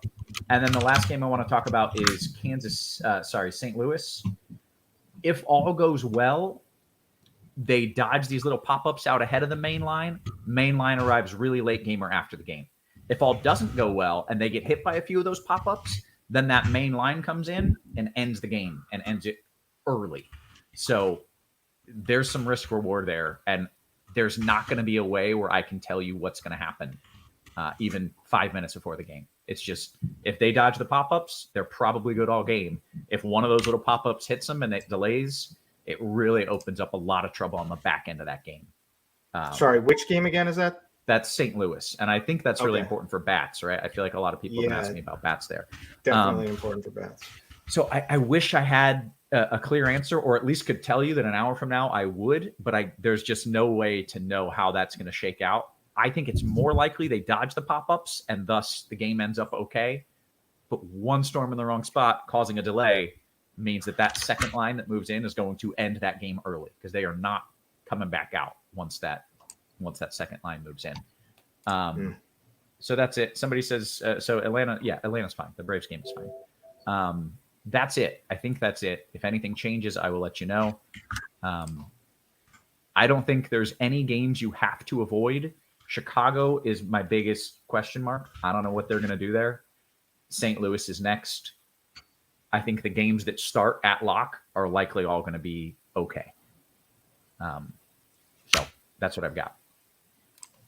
Good. I don't think so. I think the one key game there is the Washington St. Louis. I think we can get by. I mean, I think the Red Sox are a sneaky offense tonight. You know, I'm sure the bat likes them too a little bit, I would think.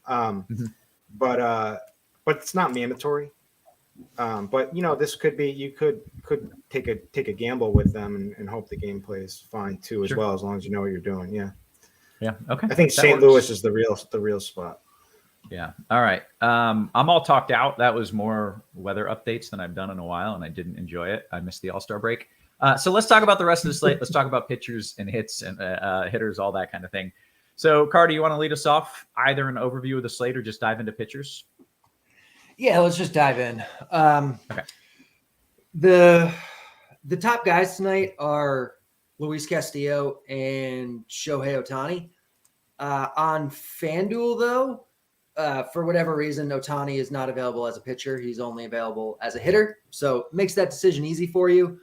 Castillo's your top guy. I think in cash, you're probably just playing him. On DraftKings, it's a little bit more of a conversation, but because Castillo is so much cheaper, I think you just play Castillo and you roll out some Ohtani in tournaments. Then the guy that you'd pair him with on DK, in cash games at least, I think you probably do Kenta Maeda. He's 7.7K. He's in Oakland, against Oakland. They're terrible. It's a great pitching park. 7.7 on DraftKings and 7K on FanDuel is really good. I wouldn't even tell you you're wrong to play Maeda in cash on FanDuel, but you know, point per dollar wise, he's the best play on the slate. Maybe even on both sites, but certainly on FanDuel. I also really like Charlie Morton tonight. I think you can play him in cash on DK. I think you can definitely play him in tournaments.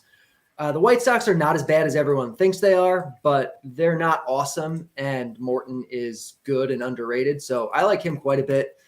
And then I think in tournaments, there's a lot of interesting options. Verlander's the one that appeals the most to me, just because like he's not having the best year, but we kind of know who he is, and people are going to overlook him against the Dodgers because the Dodgers are so good. So his ownership is going to be really low. But outside of kind of that top tier of those four guys, I mean, he's better than everybody else on this slate. So I like Verlander a lot in tournaments, and I think you can certainly make the case for a guy like Corbin Burns as well for kind of similar reasons. You know, not having the best year, in a tough spot, but going to be overlooked, and just based on talent alone and upside, he's going to be one of your better tournament plays.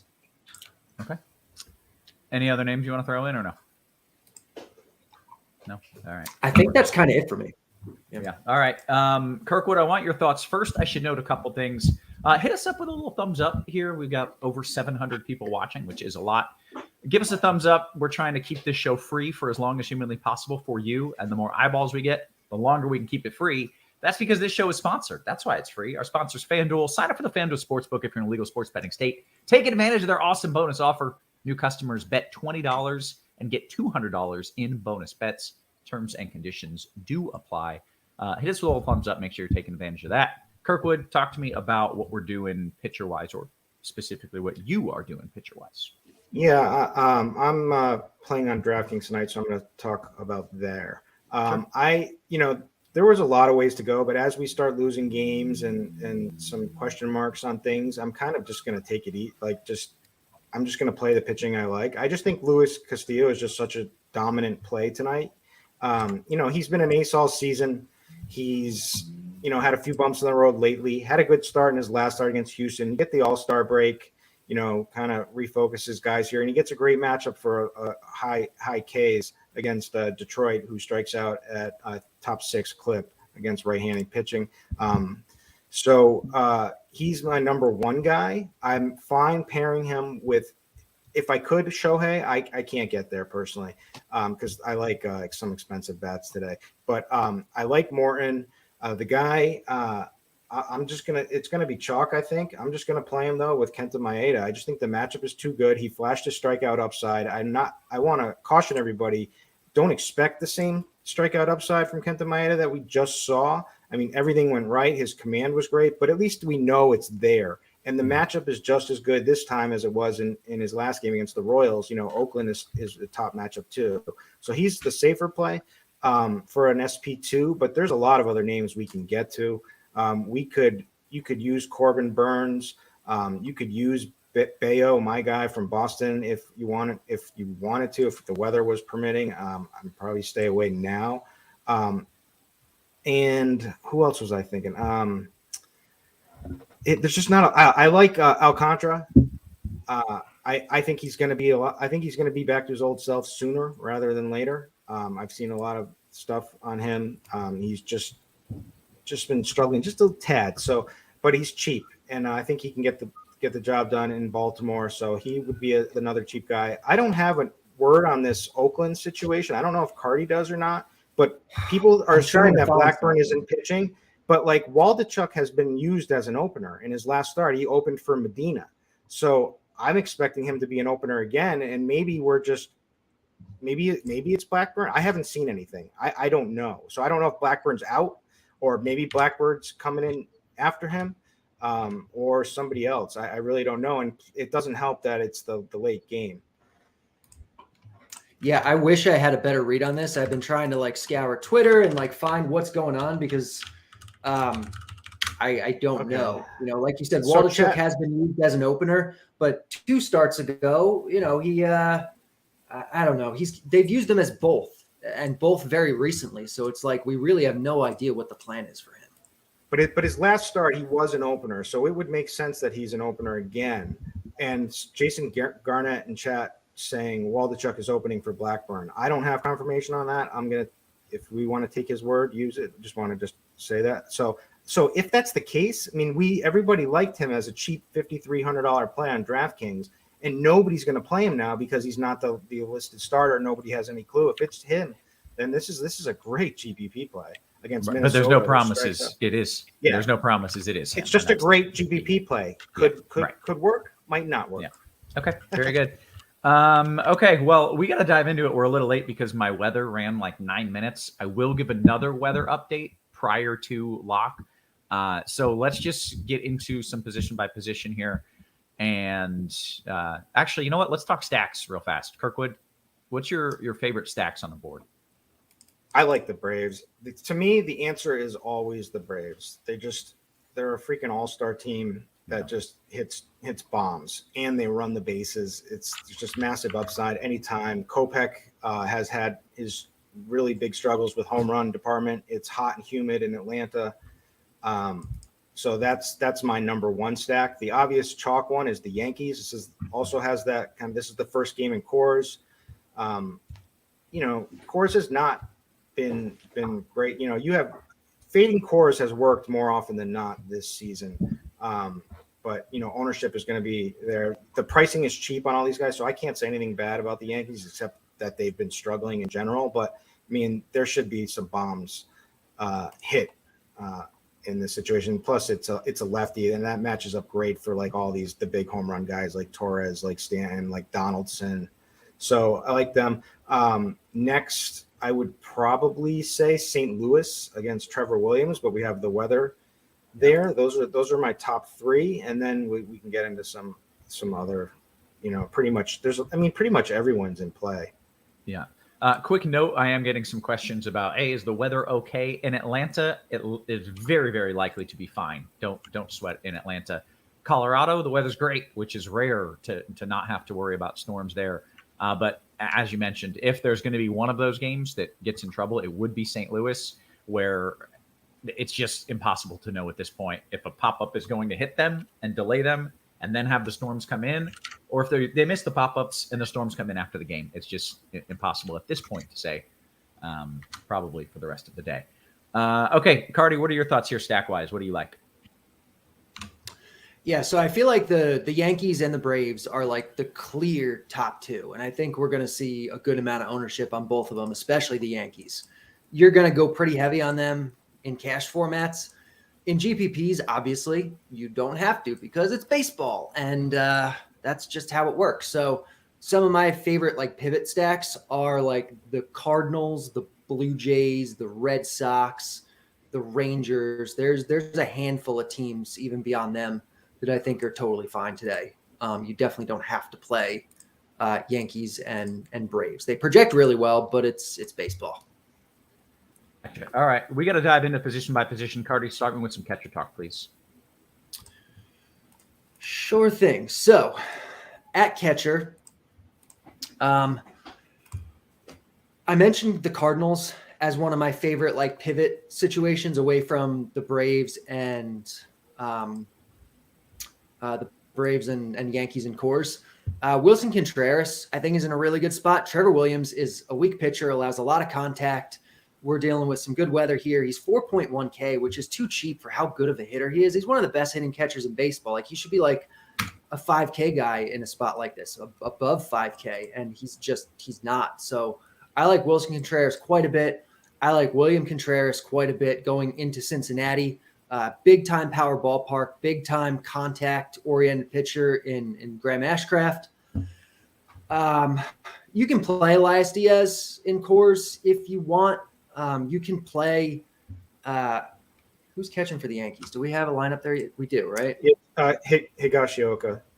Yeah, I mean, you can certainly play Higashioka. Yeah, there's actually a good amount at catcher today. A lot of times catcher's gross, and today we got a pretty solid catcher spot. So, I mean, Higashioka is probably the guy you just do at his price. But I certainly like Contreras as his pivots in tournaments. All right, Kirkwood, your thoughts? Yeah, so I mean, though I like all the guys that Carty just said, and not having Trevino's more of the contact hitter. There's more home run power for. I'm going to keep saying Higashioka because I just can't do it right. But Sean Murphy would be the next guy if I'm paying up. That I'd be looking to get. We have some punts. We've got Victor Caratini at 2,600 batting fifth against the Reds. So you could. If you're comfortable playing the Red Sox playing, you could play Connor Wong. Francisco Alvarez is probably going to get lost in the shuffle. It's not the best pitching matchup for him, but he does have the platoon. He is all we're looking for are bombs out of our catcher, and he's a guy that certainly can do that. So that's kind of my list. Then I guess you can always play Will Smith, Elias Diaz, and Coors with the platoon. That's not a bad spot. He's probably going to get lost in the shuffle. He's kind of midway, mid-priced at 4,100, so I like that a lot. And that's it. Okay, first base, Kirkwood. Oh, sorry. I want to mention one thing on catcher. We do have Oakland prospect, Tyler Soderstrom. This guy has been crushing it in AAA from a power standpoint. He's supposed to be the face of the franchise going forward. He's batting fifth. He's 2K. He's in my lineup. So I just wanted to make that. Yeah. Sorry. Let me add something in real fast too. Like, I got this question from Jerry Berg in the YouTube chat, which, by the way, come hang out with us in the RG Discord. We'll pop the link in a second, but that's where I'm first taking the questions from. He says St. Louis Contreras or Diaz. And I just think, as a general rule, if you want to be smart and you're talking about cash plays, if you can get a game outside of St. Louis or outside of Chicago, you are essentially removing your risk. And to be fair, I think it probably works out in St. Louis. But if it's a 50-50 choice for you and you don't know which one you like more, then just take the dude who's not in St. Louis or who's not in New York, who's not in Chicago, and remove that risk, because there's no need to have it if you feel it's a 50-50 play. Okay. With that said, Kirkwood, what are we at? Kirkwood, We're going to first. All right. Yeah, we're going to first. So Anthony Rizzo in cores, 4,800. Lefty matchup is a little bit less than ideal, but he's a lefty that has always throughout his career hit lefty pitching good.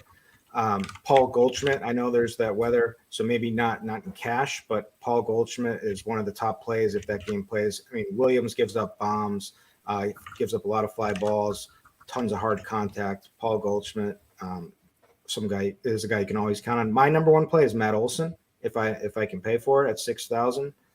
So I'm going there.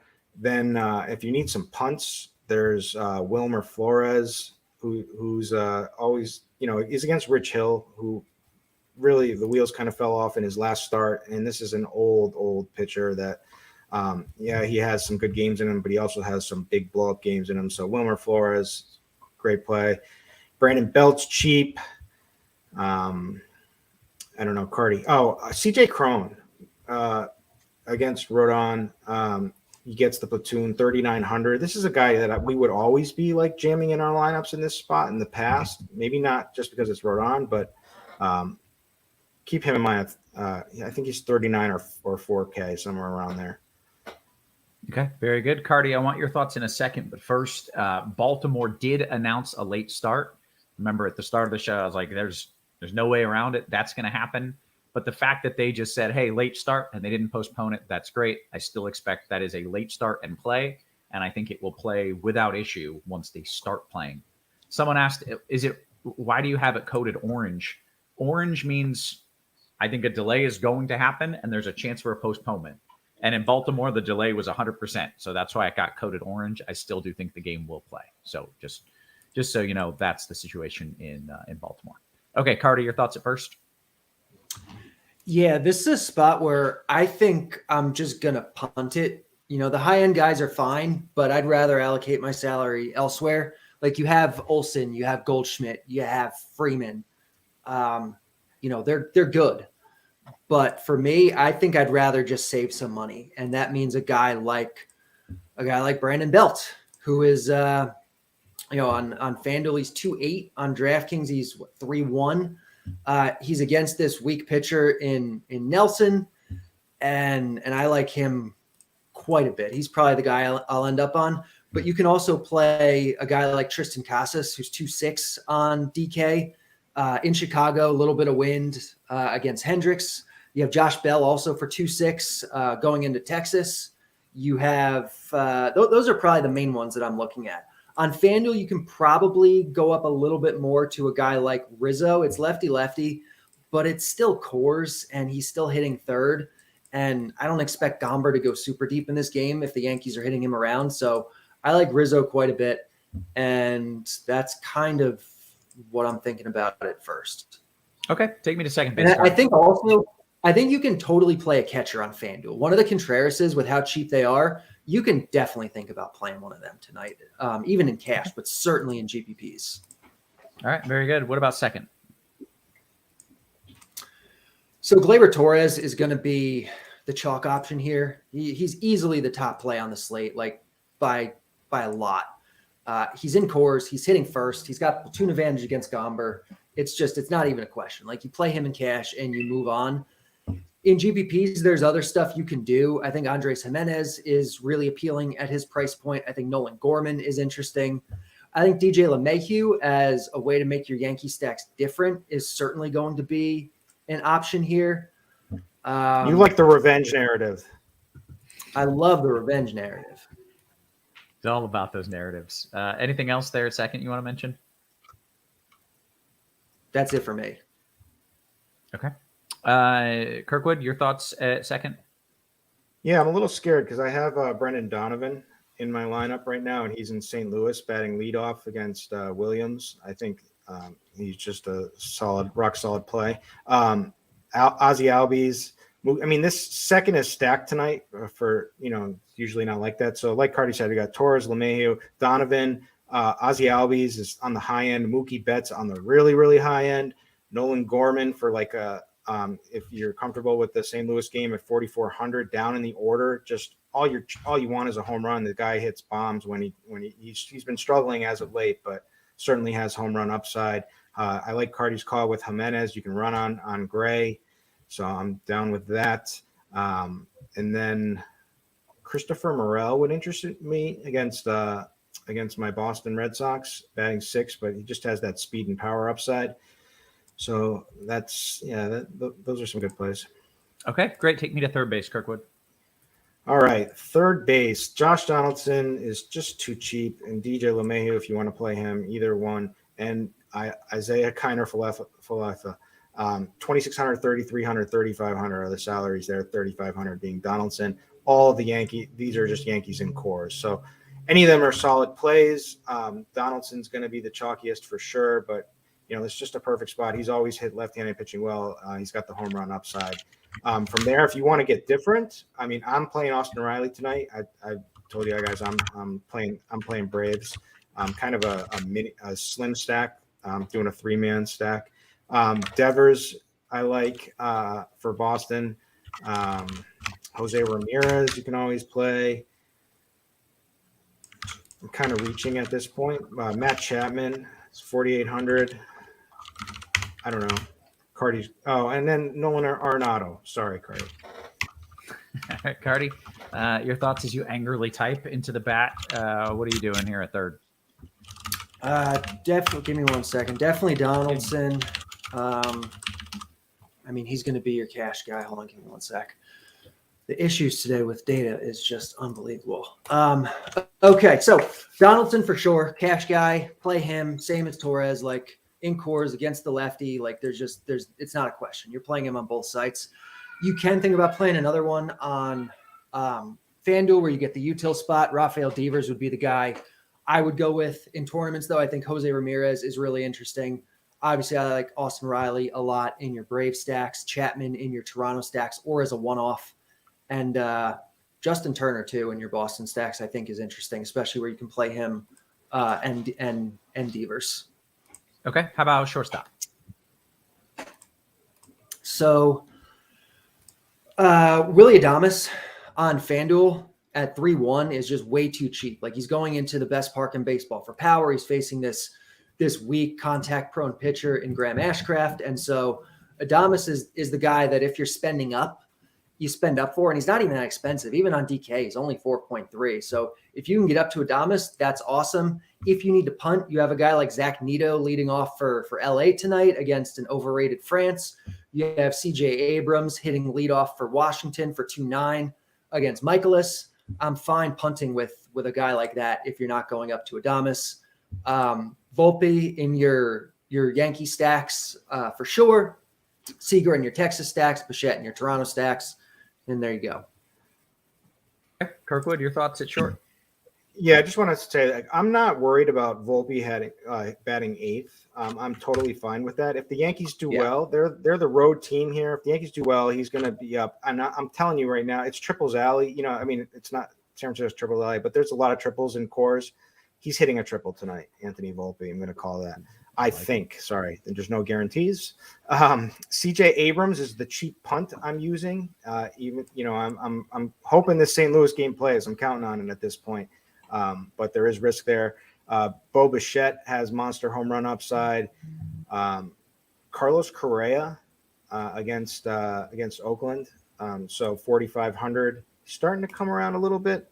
And then maybe Ahmad Rosario at 4,200. Trying to find a good punt here, but I think the punt I'm just going is just CJ Abrams. Okay. We got some people already asking about the outfield, and now it is time, Kirkwood, to take them to the outfield. What do you got? What do you like? Big Ronald Acuna Jr., always number one for me. If you can get to him, it's going to be hard with salary tonight, so I understand it. Stanton is going to be the projection play. It's a lefty. He's 5K. He's in cores. If he hits a fly ball, it's likely going out with the power that he hits it. Harrison Bader has ridiculous numbers this season against lefties in the platoon. I know it's not a large sample, but he's batting cleanup. He's 4,300. They obviously they're looking at the same stuff we are and putting him up at cleanup in this spot. Yelich, Duran is cheap for Boston. Yoshida is another Boston guy that always never gets played enough. He's 4,600. Lars Nootbaar is a really good batting third in St. Louis, mid-price play. And I'm playing Jesus Sanchez, batting fourth against Kramer in Baltimore. 2,800. All I'm looking for there is just he's 2,800 and there's a good decent chance he hits a bomb for me. So that's all I'm looking for. Very good. Carty, your thoughts in the outfield? And we did get a question actually. 2-8 left for an outfielder, but go through your plays, and then if you want to look that up for him, that'd be great. That's my guy I just said for me, Jesus Sanchez. Who was it? Sanchez, yeah. Very good. Excellent. All right. Never mind. Carty, what are your thoughts there in the outfield? Yeah, agree with Kirkwood that Acuna is just fantastic tonight. If you can get up there and cash, you want to make every effort to do that. On FanDuel, it's very easy. On DraftKings, it's certainly doable. Then you have your Yankees guys that are going to be chalky and guys that you should definitely think about playing. Stanton in particular is awesome, especially on FanDuel, but really on both sites. Harrison Bader is great on both sites. Then I really like the Brewers guys tonight. Tyrone Taylor in particular looks like just got activated off the IL today. He's 2K on DraftKings, and he is a great way to save money. Like, he's a solid hitter. The matchup tonight is really good, and he's underpriced for, his talent level, which is basically like a league average hitter or so in a really good matchup. So I like him a lot. I like Boston guys quite a bit, especially Jarren Duran, 3-6 leading off on DK. I like Duran a lot. Seiya Suzuki on the other side of that game for 3-2 on DK, and FanDuel price is like 2.7, so he's going to be good on both sites. You have Nootbaar on FanDuel for 3K, who looks good. You have Taylor Ward at 2.8, who looks good. Ohtani, I mean, he's hitter eligible on FanDuel, so might as well make use of that. In GPPs, I think Ohtani is awesome because people are not going to be playing Ohtani as much as they're going to be playing like Acuna, Stanton. Definitely get yourself some Ohtani tonight. Very good. I've got one more. Yeah. Oh, sorry. Go for it. I just want to drop one play in. Marcelo Zuna. A lot of people are going to be playing Rosario. Kopech has had reverse splits all season, and every which way, whether it's strikeouts, ISO allowed, hard contact. People are going to play Rosario over him. I'm going to play Marcelo Zuna. Okay. All right. Ozuna from the Braves. I don't know if that was a joke that went over my head, or I don't know what that means. Hey, let's dive into what we're gonna do here. I want some home run picks from both of you. Carty first. Let me know what the bat thinks as far as like a legitimate dude who's going yard, and then also usually there's some guy at like plus 2,000. Yep. So let me pull it up. So we got. Yeah. I would imagine our top bet tonight is going to be. Yep, it is Giancarlo Stanton. No surprise. He's in cores against a bad lefty, and he's Giancarlo Stanton. So. He's definitely your guy that's like the chalk guy. A little more off the board, I would say for DFS. I think Willie Adames and Matt Chapman are definitely really interesting. And then if we're looking at who has good odds for betting, let's see which randos have good long odds today. Let me see if I can pull it up. So we have the top option as TJ Friedel plus 1125 at Bet365 looks really good. And then a little bit more of a name guy, William Contreras, who I talked about at catcher at plus 600 at Bet365 looks pretty good also. Very nice. Good stuff. Kirkwood, you got a couple home run picks for me? Yeah, I'm going to stick with my Braves. I'm going to say that Austin Riley gets a hold of one, and I'm also going to say Marcelo Zuna. So at least one of those guys is going to do it for me, but hopefully both. And then I'll give one more. I think Byron Buxton is going to be kind of overlooked on this slate, and it's tough park, but when he gets a hold of one, the park doesn't matter. So he's gonna hit one for me. Okay, excellent. I've had some people ask for weather updates, so let me run through the whole list. In New York, it's light rain to start. I expect they play through it. There's a chance for storms late. but I don't even think that happens at this point. I think that game plays likely without issue. I'd play bats and pitchers in New York. In Baltimore, they've announced a late start. I expect that's all that it is in Baltimore. From 90 minutes from now, it's going to be fully dry, and it will stay dry for the rest of the night. Bats and pitchers look good in Baltimore. In Atlanta, there's a low chance of a delay or of anything. Just play Atlanta, whatever you want to do. It's raining on one side of town, but not by the ballpark. I think Atlanta's going to be fine. As you get to Chicago and, of course, Kansas City's postponed. As you get to the Chicago game and the St. Louis games, my uncertainty goes up, partly because we're a little bit farther from first pitch, but also just because it's a harder setup. My best guess in Chicago is some sort of delay. I don't know if that's a late start or if that's an in-game delay. I think more likely it's an in-game delay, but there's also a risk that they postpone it. I don't know. Like I said, I don't know what's going to happen in Chicago yet. And then in St. Louis, that's kind of the last big question mark. There's a big line of storms, the same storm system that ended the game in Kansas City.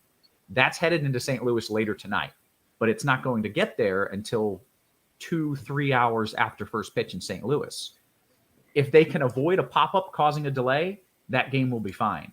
If a pop-up, and there will be some, goes over the ballpark and causes a delay, that game is not going to go 9 innings. And unfortunately, there's no way that I can tell you if the pop-ups that are going to be around St. Louis go over the ballpark or near the ballpark. Is there a way to like put a probability percentage on that? Sure. Like, sure. Yeah. I would guess it works out 75% of the time. I think they probably dodge it 75% of the time. But there's a legitimate chance if they get an early delay in St. Louis, I think that game is trouble. And that is a legitimate possible outcome. Colorado looks good. That's pretty much it. That's pretty much it as far as weather goes. We got a little bit of time for some QQs. Usually, if you're new to the show, we have a lot more time for that. Hit us with a little thumbs up for all the content, pitcher, hitter, weather, all that good stuff. Let's dive into it. We're going to start on the RG Discord where all the cool kids are hanging out. And I'm scrolling up just a little bit here. Let's start here. Fanduel Cash, Carty. This one's for you. You want Castillo, Wilson Contreras, and Nootbaar, or Maeda, Goldie, Ohtani? It's probably the first one for me, but I think the second one is viable. Okay. DK single entry, Kirkwood, this one's for you. This is a 3v3 stack in the Yankees. Maeda, Rizzo, Farmer, or Kramer, Casas, Torres? the first one, Maeda. Okay. I don't like Farmer, but okay. Sometimes you got to do things you don't like. You got to do it. Let's see. What do we got here? Only 230 more likes for a giveaway. We're doing a giveaway? Let's do it. Hey, is Atlanta chalky? Andrew Martinez asks. Is that the chalk? I don't think they'll be as chalky as New York, but they'll definitely be pretty chalky. Okay. Where are we at here? Carty, in no way should Alcantara ever be lower owned at lower salary than Dean Kramer, right? Right? And who do you like for SP2 in a DKGPP? Yeah, so I mean, Sandy, and he's so cheap. I mean, he doesn't project super well at this point because he's been struggling this year. The matchup's not awesome. I mean, I don't really like Dean Kramer either. I did certainly take Sandy before him. But if I was going to take kind of like a good pitcher in a not great matchup, I'd probably prefer taking like a Verlander or Corbin Burns or Julio Urias. Obviously, they're going to be more expensive than Sandy, but those are kind of the guys that I prefer looking at in GPPs as SP2s. Okay. C Selfmade says, fade Baltimore. If you mean weather-wise, don't. I expect the game to play despite the late start. Who is your SP1 and 2 in cash? Carty, I'm giving this to you as well since you're kind of a cash guy.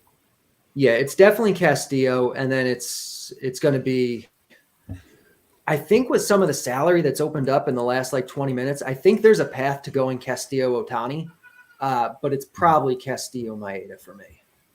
Very good. Kirkwood, bringing you back in the fold. NBA DFS says FanDuel Cash, Contreras of the Cardinals, or Belts. I think I'll go Contreras from the Cardinals. I just think there's more upside. Okay. FanDuel Cash 3v3, and I'm coming right back to you here, Kirkwood. Rizzo, Otani, Albies. That sounds pretty good. Or Olsen, Bader, Goldie. Wow. I like option 2, to be honest with you. Okay. Anytime I see Otani in one of the options, I'm just naturally like, probably that one. That sounds right. All right. Let's see. Carty, Boston Bats. You like them in a single entry DK GPP? Chang, Wong, Turner, looking for some value? Yeah, I do. I like Boston Bats a lot, especially these cheap ones. Very good. Hey, love this comment from Clint. He says, hey, you guys are great and provide such great info. Thank you. That's my cousin. We tried. That's yeah. We paid him, and it's your cousin. Yeah. Andrew says, hey, any Dodgers? I feel like we didn't discuss the Dodgers all that much, which is rare for us. Anybody? Dodgers? Yes, and I know he likes Verlander, but like it's the Dodgers, right? Like if they're it's not the best park, but like they're totally going to be overlooked on this slate. So for GPPs, large field stuff, absolutely. That's my answer. Yeah, I think they're fine to play like that. Okay, very good. We've got only 2-3 minutes until lock. I feel like we've gotten most of the questions around here. Let me see if we got anything fresh. Someone says, hey, if we get a late start announcement in St. Louis, is that good or bad? I would consider that very bad. A late start, anything that pushes the start time back in St. Louis brings the main line of storms that got the other game, that got the Kansas City game canceled. It brings that into play. So any delay in St. Louis is bad. You do not want it. Let's see. DK single entry. This is from Jake in the YouTube. Make sure you're hitting us with a thumbs up in the YouTube. Subscribe, all that. We're trying to keep the show free for you. DK single entry. Kirkwood, Otani, Abrams, Nootbaar, or Maeda, Bichette, and Yelich. Maeda, Bichette, and Yelich. All right. Tim says, what are your thoughts on Meneses? Kirkwood, you got any thoughts on Meneses? No, I mean, I'm CJ Abrams is probably, I mean, he's got home run upside. That's all I can say about the guy. But I mean, he's 3.5K on DraftKings. You're giving up a lot to put him in your lineup tonight. Yeah. Let's see. I got a question about first base first base is stacked. Just don't know. I just don't know what's going to happen in St. Louis. Pinch hit risk on the Tigers from the YouTube chat here. Let me take a quick look. Biggest pinch hit risk on the Tigers is going to be Kerry Carpenter, 30%. Zach McKinstry, 25%. Akil Baddoo, 18%. Andy Ibanez, 8%. Yeah, that'll do. We've got less than a minute until lock. Make sure you get those lineups in, guys. Neto or Abrams in a DK GPP from the Milkman. Kirkwood, Neto or Abrams? I'm going with Abrams. Okay, DK Cash. Sorry. No, go ahead. Sorry. All right. Yeah, we'll just close this out here. Carty, DK Cash, Casas Acuna or Rizzo Bader? Casas Acuna. FanDuel Cash, Kirkwood, disregarding weather, who you got between Goldie and Albie straight up? Wow. I mean, I'm on the break. I mean, it's Albies. I mean, they're two awesome plays. Yeah. Kirkwood, what do you think of a red stack? I think it's really good. I think someone had a question in there that we never got to. It was like the win it all stack tonight. Mm-hmm. I was thinking like the Reds could be that stack because they're going to be extremely low owned. They can go off, and they're really hard to play because they're priced up extraordinarily, especially on DraftKings. And then the other one on that, to answer that question too, would be San Francisco Giants would kind of be like a win it all stack tonight too. I think like just okay. Hey, we've hit lock. There's a really interesting post-lock question. And Carty, I'm going to bring you in on this because it is about the bat. The question is, have there been any adjustments to the bat at the break? Has there been anything that has been performing well or underperforming on that you felt needed a tweak, or is that kind of behind the curtains and we're not allowed? Yeah, no, nothing that I explicitly do. I mean, the bat is always adjusting to the most recent data and the way the ball is playing and all that kind of stuff. But there's nothing that I went in and manually changed or anything like that. Excellent, very cool. All right, with that, Andrew says, "Hey, appreciate the show, guys. We appreciate you. We'd appreciate it even more if you hit a little like and subscribe and hung out with us every single day. Make sure you're joining that RG Discord as well." We're going to bounce on out of here. I will provide weather updates on both the Chicago game and the St. Louis game, but I cannot promise you those will be useful updates. Like sometimes I know, I can say, 10 minutes before lock, I'm going to know what's going to happen. I'm not sure if I'm going to know what's going to happen 10 minutes before lock, but I sure as hell will try to figure it out. For Carty, for Kirkwood, for our wonderful production crew, always working hard behind the scenes. Guys, we appreciate you. We love you, and we will catch you tomorrow. You and crunch.